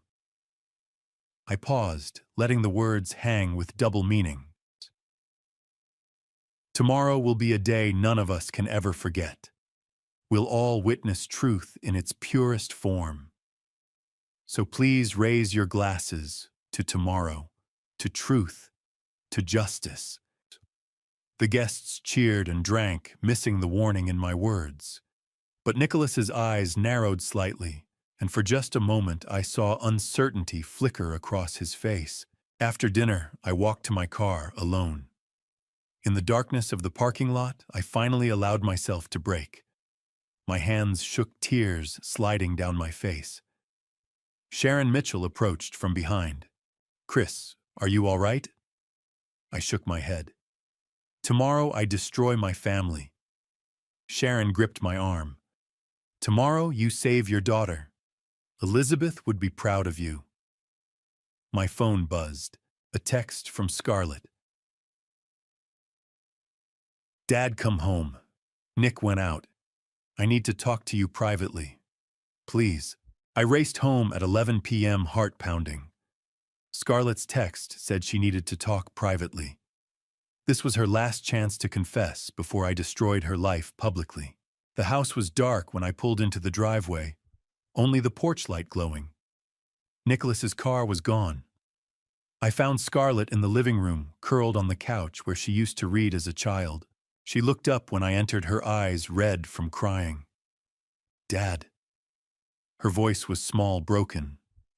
I sat in the armchair across from her, maintaining distance, giving her space to speak. "I'm here, sweetheart. What did you want to talk about?" She pulled a blanket tighter around herself. "Tomorrow's my wedding day. I should be excited, but I just feel wrong, like something terrible is about to happen." My chest tightened. This was it. The moment she would finally tell me the truth. "What do you mean wrong?" Scarlett looked at me with fear in her eyes. "Dad, you've always protected our family, always done what was necessary even when it was hard. Right?" The question caught me off guard. "Yes, always." She nodded slowly as if confirming something to herself. "Sometimes protecting family means making difficult choices. Choices other people might not understand." My blood ran cold. This wasn't a confession. This was justification. "Scarlett, what are you saying?" She met my gaze directly. "I'm saying that tomorrow, no matter what happens, I need you to trust that I'm doing what's best for our family. That Nicholas and we're doing what Mom would have wanted." The invocation of Elizabeth's name, using her mother to justify theft and betrayal, nearly broke me. I leaned forward, keeping my voice gentle. "Your mother would have wanted you to be honest, to be honorable, to choose what's right over what's easy." Scarlett's expression hardened slightly. "Mom would have wanted me to be taken care of, to be secure." There it was, Nicholas's manipulation speaking through my daughter's mouth. She had chosen him over truth, over family, over everything Elizabeth and I had taught her. I stood slowly. "Scarlett, if you're involved in something wrong, something illegal, you can still walk away. It's not too late." For a moment, hope flickered. Her lips parted as if to speak, to finally admit everything. Then her phone buzzed. She glanced at the screen, undoubtedly Nicholas checking on her. The moment passed. Her expression closed off. "I'm not involved in anything wrong, Dad. I just wanted to tell you I love you, and that tomorrow will be a new beginning for all of us." She stood, kissed my cheek, and walked upstairs, leaving me alone in the darkness. I had tried. God knows I had given her every opportunity to choose redemption. Now tomorrow she would face the consequences of her choice. The next morning, Saturday wedding day, I woke at 6 a.m. Kenneth had arranged for Laura Winters to meet me at a coffee shop downtown at 7. She was already there when I arrived, looking elegant in a navy dress, her silver hair styled perfectly. We sat in a corner booth, and she pulled documents from her purse. "Mr. Carter, these are copies of everything I have on Matthew Reed Nicholas. Bank transfers, emails, photos, the wedding venue contract. I want Scarlett to see them after you expose him, so she knows he's done this before." I took the documents, my hands steady. "Thank you, Laura. I know this is difficult. She shook her head. What's difficult is knowing another family went through what I did. But today, we stop him. We reviewed the plan. Laura would sit in the back of the church unnoticed until the right moment. When I gave the signal, the phrase, truth in its purest form, she would come forward. FBI agents would move in immediately after. Simple. Devastating. Final. At 8 a.m., I returned home to dress for the wedding. Kenneth called to confirm final details. 6 agents in plainclothes positioned throughout the church. Agent Blake is coordinating from a van outside. The Cayman accounts froze at 8 a.m. as scheduled. Nicholas can't access a single dollar. The envelope for Scarlett is ready. We're set, Chris. I looked at my reflection in the mirror, adjusting my tie. The man staring back looked older than his years, weathered by grief and betrayal. But his eyes were clear, determined. My phone rang. Nicholas. I answered, forcing warmth into my voice. Nick, good morning. Big day. His voice was cheerful, relaxed. Chris, I'm at the hotel getting ready with Graham. Want to grab breakfast before the chaos, just the two of us. Father and son one last time before everything changes. The invitation was loaded with irony he couldn't possibly appreciate. I checked my watch. 10 a.m. The wedding was at noon. 2 hours. Sure, Nick. Where? Davidson's Diner, 20 minutes. I grabbed my keys. I'll be there. This was it. One final breakfast with the man who had tried to destroy my family. One last face-to-face before the reckoning. Nicholas ordered Eggs Benedict at the 5-star restaurant. I ordered nothing. My appetite had died 3 weeks ago. In 4 hours, I would destroy him. Davidson's Diner was actually an upscale hotel restaurant, all white tablecloths and crystal water glasses. Nicholas had chosen it deliberately, public, respectable, the kind of place where a devoted son takes his father on an important day. We sat by the window overlooking the city, morning sunlight streaming in. To any observer, we looked like family sharing a special moment. Nicholas looked relaxed, confident, dressed in expensive, casual clothes. He smiled as the waiter poured coffee.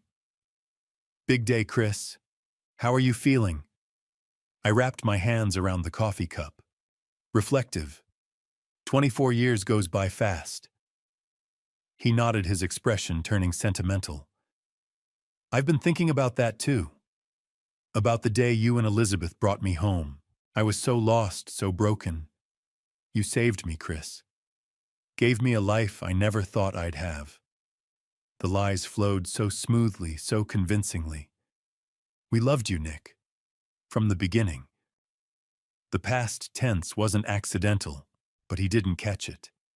His eggs arrived, and he ate with the appetite of someone without a care. Between bites, he pulled an envelope from his jacket pocket and slid it across the table. Chris, I wanted to talk to you about something before the craziness of the day. I've been thinking about your future, about making sure you're taken care of. My pulse quickened, but I kept my expression neutral. What do you mean? Nicholas opened the envelope, revealing legal documents. Power of attorney papers, financial management agreements. I had Natalie draw them up. The idea is that you sign these today, and Scarlett and I handle all the business stress. You deserve to rest, to enjoy life without worrying about Carter Holdings. I looked at the documents without touching them. There it was, the trap laid out in legal language. Sign these papers, and Nicholas would have complete control before Dr. Price's fraudulent evaluation even happened. He was accelerating the timeline. You want me to sign these today on your wedding day? Nicholas's smile was warm, persuasive. I know the timing seems odd, but think about it. After the wedding, Scarlett and I leave for our honeymoon. If these are in place, you can truly relax.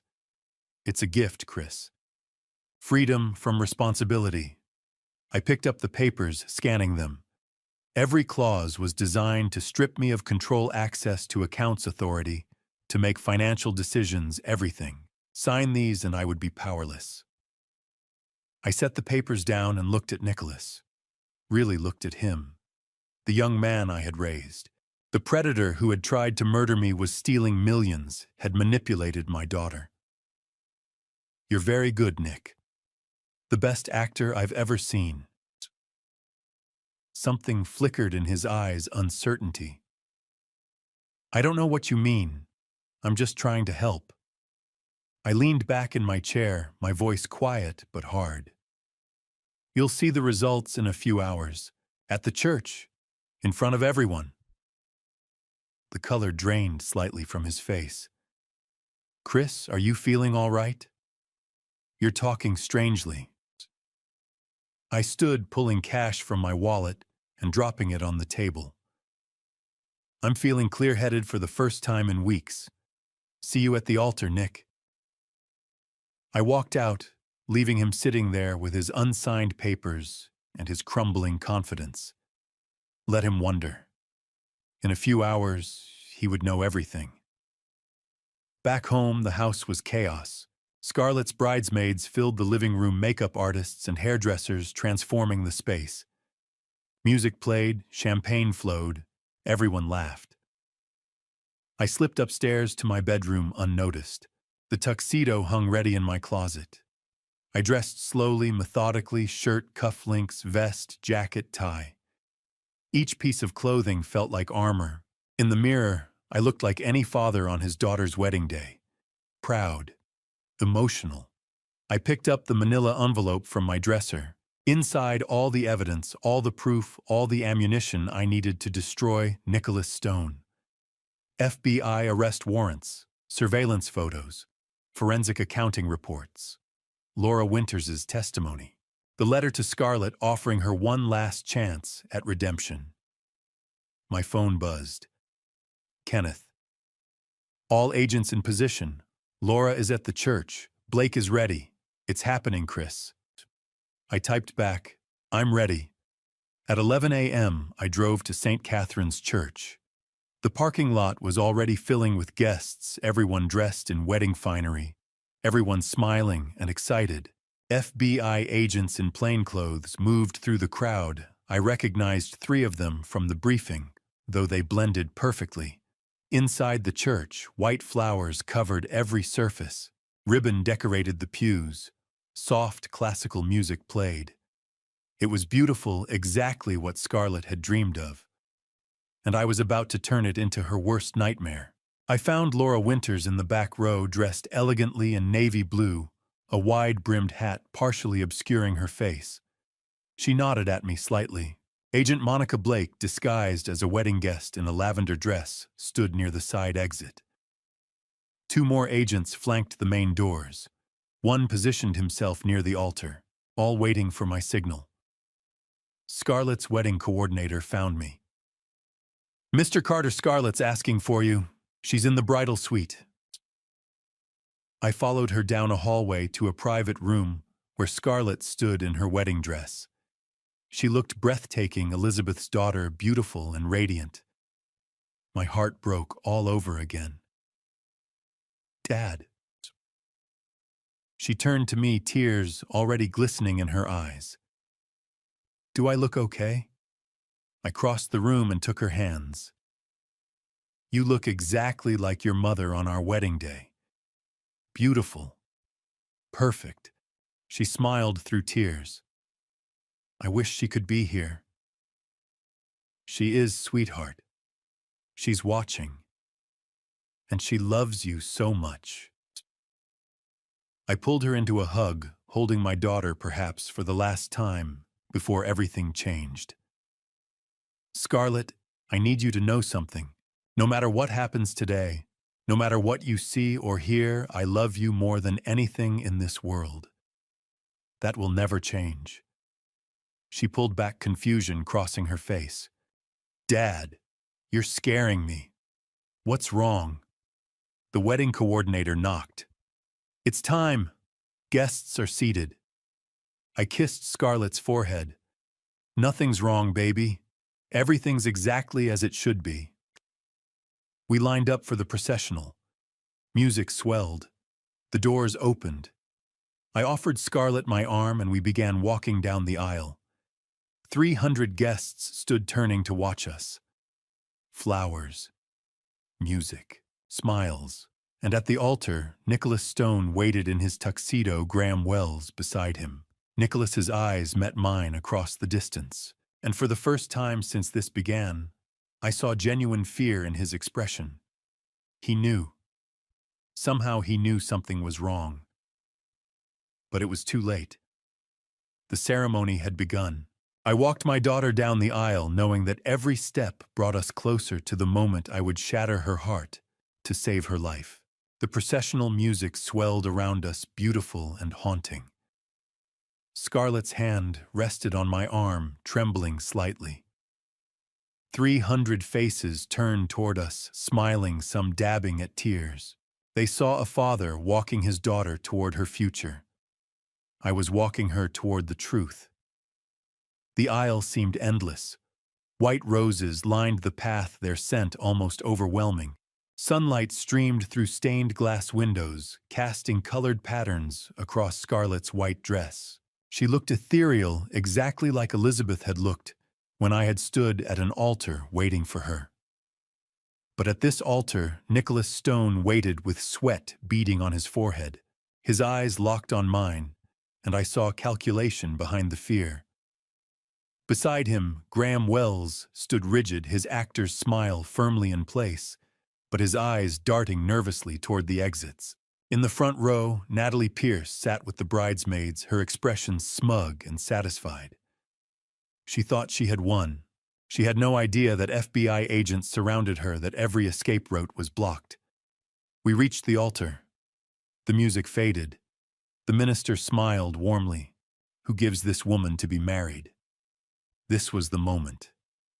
The traditional response would signal the ceremony to continue, would set in motion the fake marriage, the power of attorney activation, all the pieces of Nicholas's plan. Instead, I tightened my grip on Scarlett's hand and said clearly, loudly, "I do not." Confused murmurs rippled through the crowd. The minister blinked, uncertain. Scarlett turned to me, her face pale. "Dad, what?" Nicholas stepped forward, his voice strained. "Chris, what are you doing? This isn't the time for jokes." I released Scarlett's hand and moved to face the congregation, my back to the altar. 300 faces stared at me in confusion. I pulled the manila envelope from inside my jacket. This isn't a joke, Nicholas. This is justice." My voice carried through the sanctuary.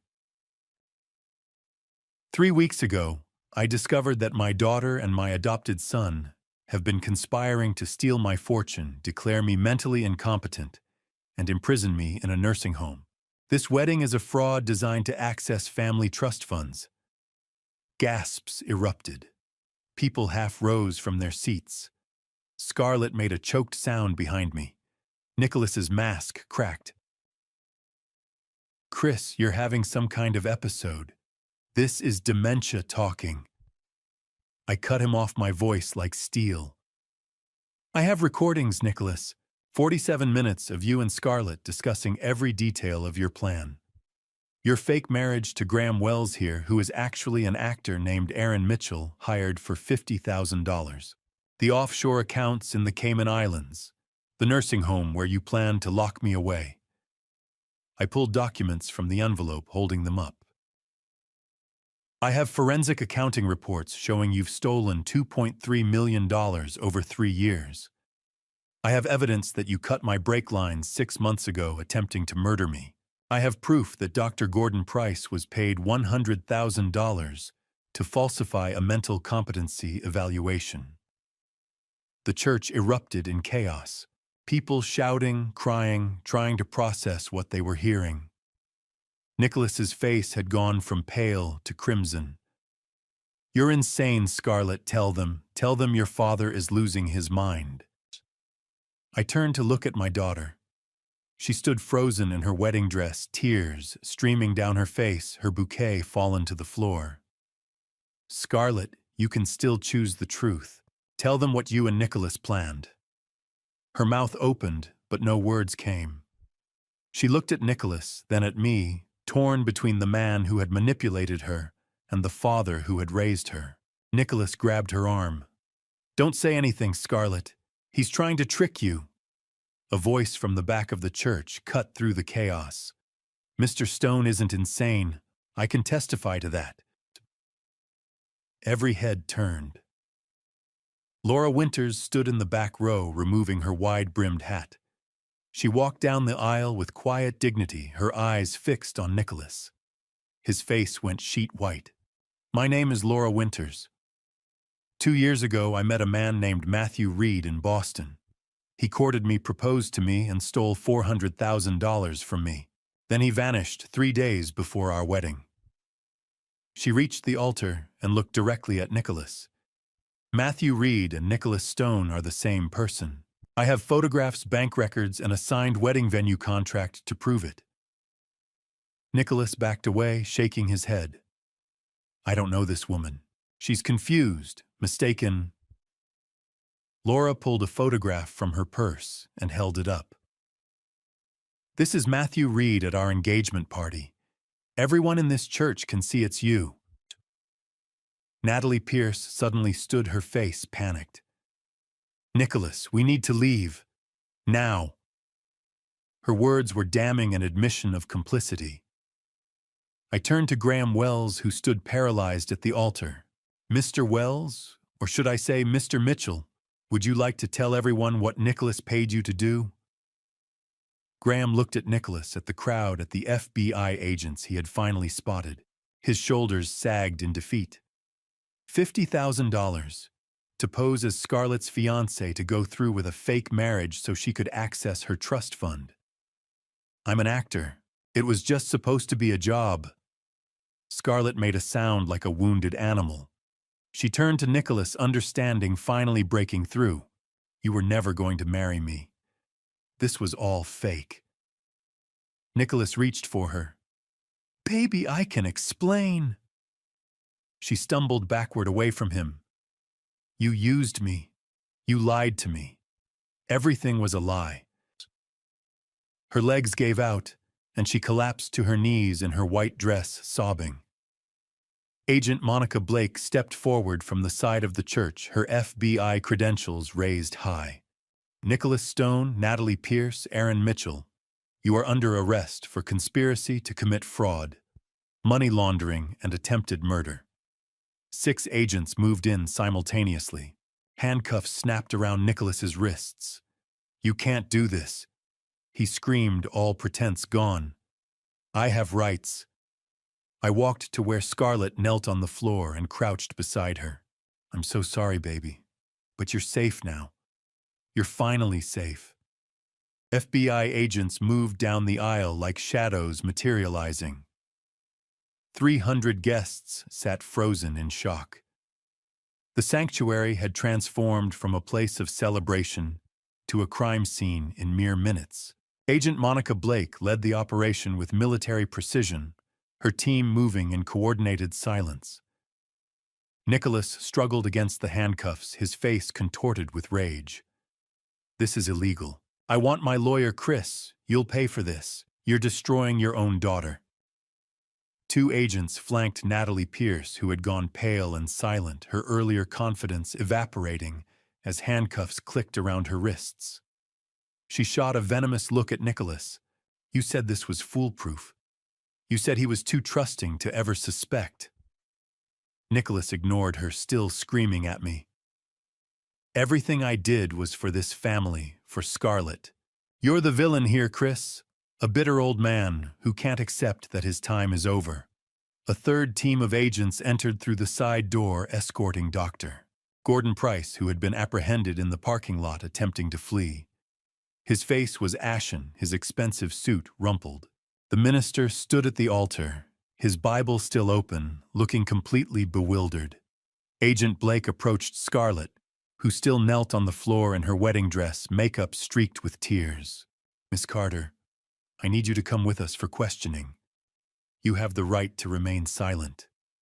Scarlett's voice was barely audible. Am I under arrest? Blake's expression softened slightly. Not at this moment, but you are a person of interest in an ongoing federal investigation. We need your cooperation. I watched as another agent helped Scarlett to her feet. She looked at me then, and the hurt in her eyes was a knife to my chest. You knew. All this time you knew, and you let me walk down that aisle. You let me stand at that altar believing. Her voice broke. How could you? I stepped closer, but she backed away. I gave you chances, Scarlett. 3 chances to tell me the truth. That night in my study when you almost confessed. The midnight conversation when you chose to defend Nicholas instead. The text message last night. Every time you chose him over the truth. Her face crumpled. Because I was scared. Because I didn't know how to tell you that I'd already done terrible things. Nicholas's voice cut across the church. Scarlett, shut up. Don't say another word without a lawyer. Agent Blake pulled a tablet from her bag and held it up so Scarlett could see the screen. Miss Carter, before you decide how to proceed, I think you should see these. She swiped through photographs. Nicholas and Natalie kissing in a parking garage. Nicholas and Natalie entering a hotel together. Nicholas and Natalie at a restaurant holding hands looking like lovers. Scarlett stared at the images, her face cycling through disbelief, horror, and devastation. No, that's not, he wouldn't. Agent Blake swiped again, showing text message transcripts. Scarlett read them silently, her hands beginning to shake. I knew what she was seeing. Nicholas calling her an idiot. Natalie laughing about how easily Scarlett had been manipulated. Their discussion of leaving her to face federal charges alone while they fled to Singapore. He was sleeping with Natalie. Scarlett's voice was hollow. The whole time, my maid of honor, my best friend Blake, nodded. For at least 18 months. They planned to leave together 2 days after the wedding. You were never part of their escape plan, Miss Carter. You were the scapegoat. Scarlett looked at Nicholas, who had finally stopped struggling. Their eyes met across the church. Tell me it's not true, she whispered. Tell me you loved me. Tell me something about us was real. For a moment I thought Nicholas might show some shred of humanity. Instead, he smiled cold and cruel. You were useful, Scarlett. That's what you were. A way into your father's money. Did you really think I loved you? Look at yourself. You're weak, pathetic, exactly like your father. You made it so easy. The words hung in the air like poison. Scarlett's expression went blank, shock beyond tears, just empty devastation.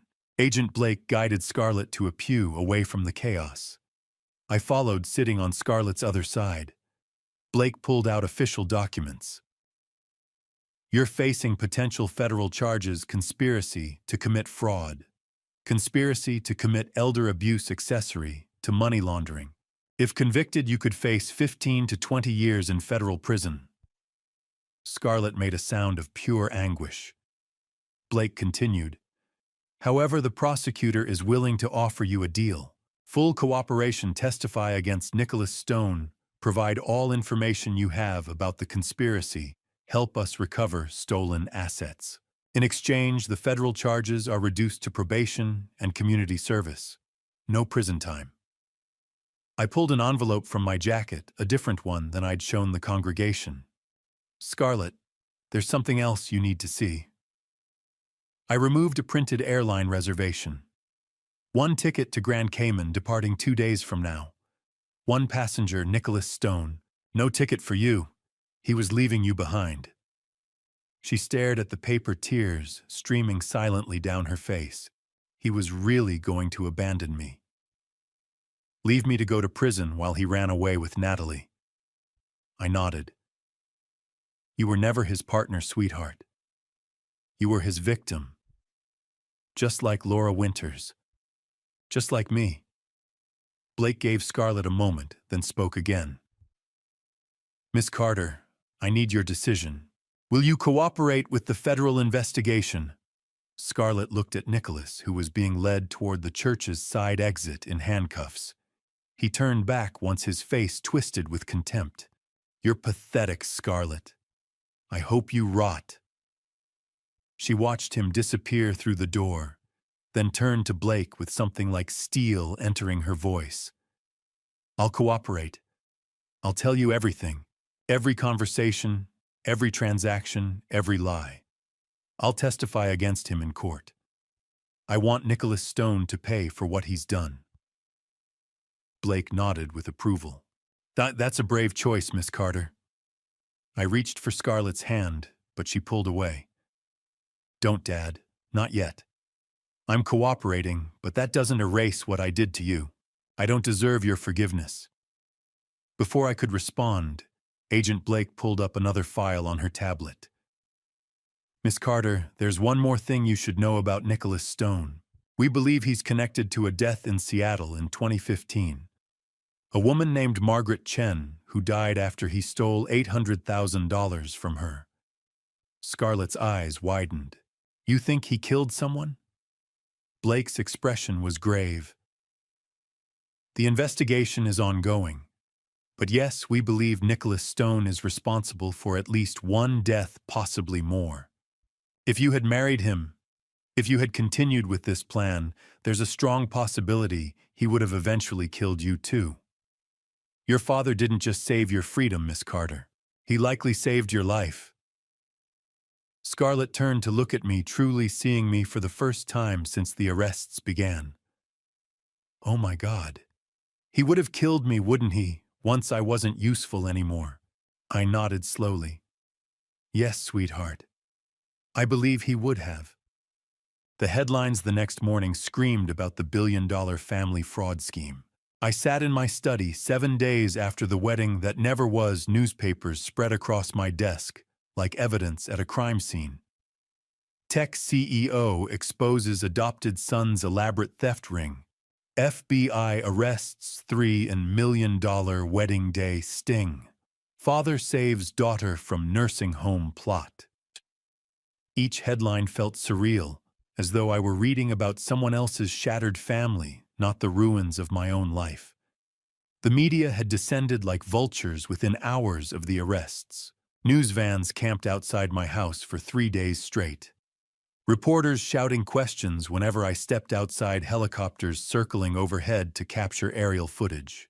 My phone rang constantly, interview requests from every major network, publishers offering 6-figure book deals, true crime podcasts wanting exclusive access. I refused them all. This wasn't entertainment. This was my family's destruction laid bare for the world to dissect. Kenneth Walsh delivered better news yesterday during our meeting downtown. We've recovered approximately 90% of the stolen funds, Chris. The Cayman accounts were frozen at 8 a.m. on the wedding day, exactly as planned. We've traced and seized assets from all the shell companies, NRS Holdings, Stone Consulting Group, Carter Advisory Services. Your financial situation is largely intact. He shuffled through additional paperwork. Laura Winters will also receive full restitution. The $400,000 Nicholas stole from her is being returned from seized assets, plus interest accumulated over 2 years. The courts have also awarded her additional damages. That at least was justice. Laura had called to thank me the day after the arrests, her voice thick with emotion, but stronger than I'd ever heard it. Chris, you gave me something I thought I'd never have: closure, and a chance to see that bastard behind bars where he belongs. I told her it wasn't revenge we'd achieved. It was accountability. She laughed bitterly. Sometimes they're the same thing, and sometimes that's perfectly fine. The criminal proceedings moved with surprising speed. Nicholas faced 15 federal charges and 3 state charges: wire fraud, money laundering, conspiracy to commit elder abuse, identity theft, interstate transportation of stolen property, attempted murder through the brake line, sabotage. Each charge carried years of potential prison time. His expensive attorney brought in from New York tried desperately to negotiate. He suggested mental illness defenses claimed Nicholas had a traumatic childhood before his adoption offered character witnesses. But Agent Monica Blake had built an ironclad case. Forensic accounting reports documented every stolen dollar. Recorded confessions captured every damning word. Laura Winters's testimony established pattern and intent. Graham Wells had turned state's evidence. Dr. Gordon Price had pleaded guilty in exchange for a reduced sentence. The federal prosecutor estimated Nicholas would receive 23 to 30 years in federal prison. Natalie Pierce faced 12 charges, likely 10 to 15 years. Dr. Price would serve 8 years and lose his medical license permanently. Scarlett had kept her word about cooperation. Over 5 grueling days of grand jury testimony, she provided detailed, painful accounts of every conversation, every transaction, every manipulation Nicholas had employed. She described how he had isolated her from friends. After Elizabeth's death, convinced her I was becoming incompetent, persuaded her that stealing from me was actually protecting family assets. She revealed the fake therapy sessions he'd billed for pocketing $18,000 while exploiting her genuine grief. She admitted to signing documents she didn't understand, transferring money she knew wasn't hers, staying silent when she should have spoken. Her testimony had been crucial in establishing Nicholas's pattern of psychological manipulation and coercive control. It earned her the cooperation deal, 3 years probation, 500 hours of community service, mandatory therapy, twice weekly, with a licensed trauma specialist, restitution payments, and a permanent criminal record. No prison time, but no escape from consequences. But the real punishment wasn't legal. It was the guilt I saw in her eyes every day, the weight of shame she carried, the way she could barely look at me without tears. She was staying in the guest house now, neither of us ready for her to return to the main residence. The physical distance felt necessary, a buffer, while we both processed the wreckage. We had dinner together twice that first week, stilted, painful conversations over takeout neither of us could taste, where we both tried desperately to find our way back to being father and daughter, but kept stumbling over the chasm of betrayal between us. Last night she asked the question I knew was coming. "Dad, will you ever trust me again?" Her voice was small, childlike, vulnerable, the same voice that used to ask if monsters under the bed were real, if I would always keep her safe. I set down my fork carefully and looked at her honestly, refusing false comfort. "It will take a lifetime to trust you again, Scarlett.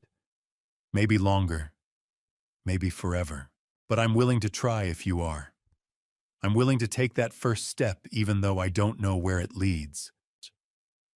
She nodded slowly, tears sliding down her face in tracks that had become heartbreakingly familiar. "I'm so sorry, Dad. For everything. For believing him, for not seeing what he was, for letting him turn me into someone Mom would be ashamed of, for hurting you in ways I can never take back." I wanted desperately to comfort her, to say it was all right, to pull her into my arms the way I had when she was small. But it wasn't all right. Not yet. Maybe not ever. "I know you are, sweetheart." This morning, a letter arrived. Prison mail, Federal Correctional Facility, postmark Nicholas's distinctive handwriting. My hands shook as I opened it. The words inside were crafted to wound. "You destroyed your daughter to satisfy your ego and your need for revenge. She'll never forgive you for what you did to her at that altar, for humiliating her in front of 300 people. You've lost her forever, old man. I hope you're happy with your Pyrrhic victory. Was it worth it?" I sat for a long time, staring at those words, feeling them try to burrow into my mind like parasites try to make me doubt. Nicholas was still trying to manipulate me, still trying to control the narrative, still attempting to win even from behind bars. Then I picked up a pen and wrote a single line on blank paper. "I saved my daughter's life. That was worth everything." I would never send it. Nicholas didn't deserve a response, didn't deserve to know his words had any impact. But writing it reminded me why I had done what I did. Why I had planned for 3 weeks. Why I had gathered evidence. Why I had destroyed my family publicly. Not for revenge, though God knows I had wanted that. Not even primarily for justice, though that mattered deeply. For Scarlett. To save her from a man who would have used her, discarded her, and quite possibly killed her. The cost had been catastrophic. Our relationship was shattered, perhaps irreparably. Trust was gone, burned away in betrayal's fire. The easy love between father and daughter had been replaced by careful distance, formal politeness, and constant awareness of what had been lost. But she was alive. She was free. She had a chance, however small, however uncertain, to rebuild herself into someone better than the woman Nicholas Stone had molded her to become. And someday, maybe she would understand that I had made the only choice a father could make when faced with saving his child's life at the cost of her love. Looking back at this family story, I realize I made choices no father should ever have to make. I destroyed my daughter's world to save her life. Some nights, I still wonder if there was another way, a gentler path, that wouldn't have shattered her so completely in front of 300 witnesses. But then I remember the airline ticket with only Nicholas's name, the text messages mocking her as a useful fool, the Seattle widow who died after discovering his theft. And I know gentleness would have gotten Scarlett killed. Here's what I learned from this painful family story: trust, once broken, takes lifetimes to rebuild. And sometimes love means making decisions that feel like betrayal in the moment, but prove to be salvation in hindsight. This dad revenge wasn't about punishing Nicholas, though God knows he deserved every year of his sentence. It was about protection, about refusing to let evil wear the mask of family. My advice: don't wait as long as I did. Don't ignore the red flags because you want to believe the best in people. Don't let manipulation disguise itself as love. If something feels wrong, if someone isolates your loved ones, controls their decisions, or makes them question reality, act immediately. Don't give predators 3 weeks to prepare. Don't give them 3 years to steal millions. Trust your instincts, because by the time you have proof, the damage is already catastrophic. God gave me the strength to stand in that church when every fiber of my being wanted to run. God gave me the wisdom to see through Nicholas's deceptions when I was blinded by paternal love. And God, I pray daily, will heal the wounds this family story has left on all of us. Faith didn't make the choices easier, but it made them possible. This dad revenge cost me everything and saved what mattered most. Learn from my pain. Protect your family before the wolves get too close. Because once they're inside your home, the price of removing them is measured in shattered hearts and broken trust. Thank you for staying until the final word. Drop a 2 in the comments. If this dad revenge resonated with you, I genuinely want to know you're there. Hit subscribe for more powerful narratives that challenge and inspire. Important reminder: this is a fictional family story created for storytelling and reflection purposes. If this type of content isn't your preference, feel free to explore other videos that better suit your interests.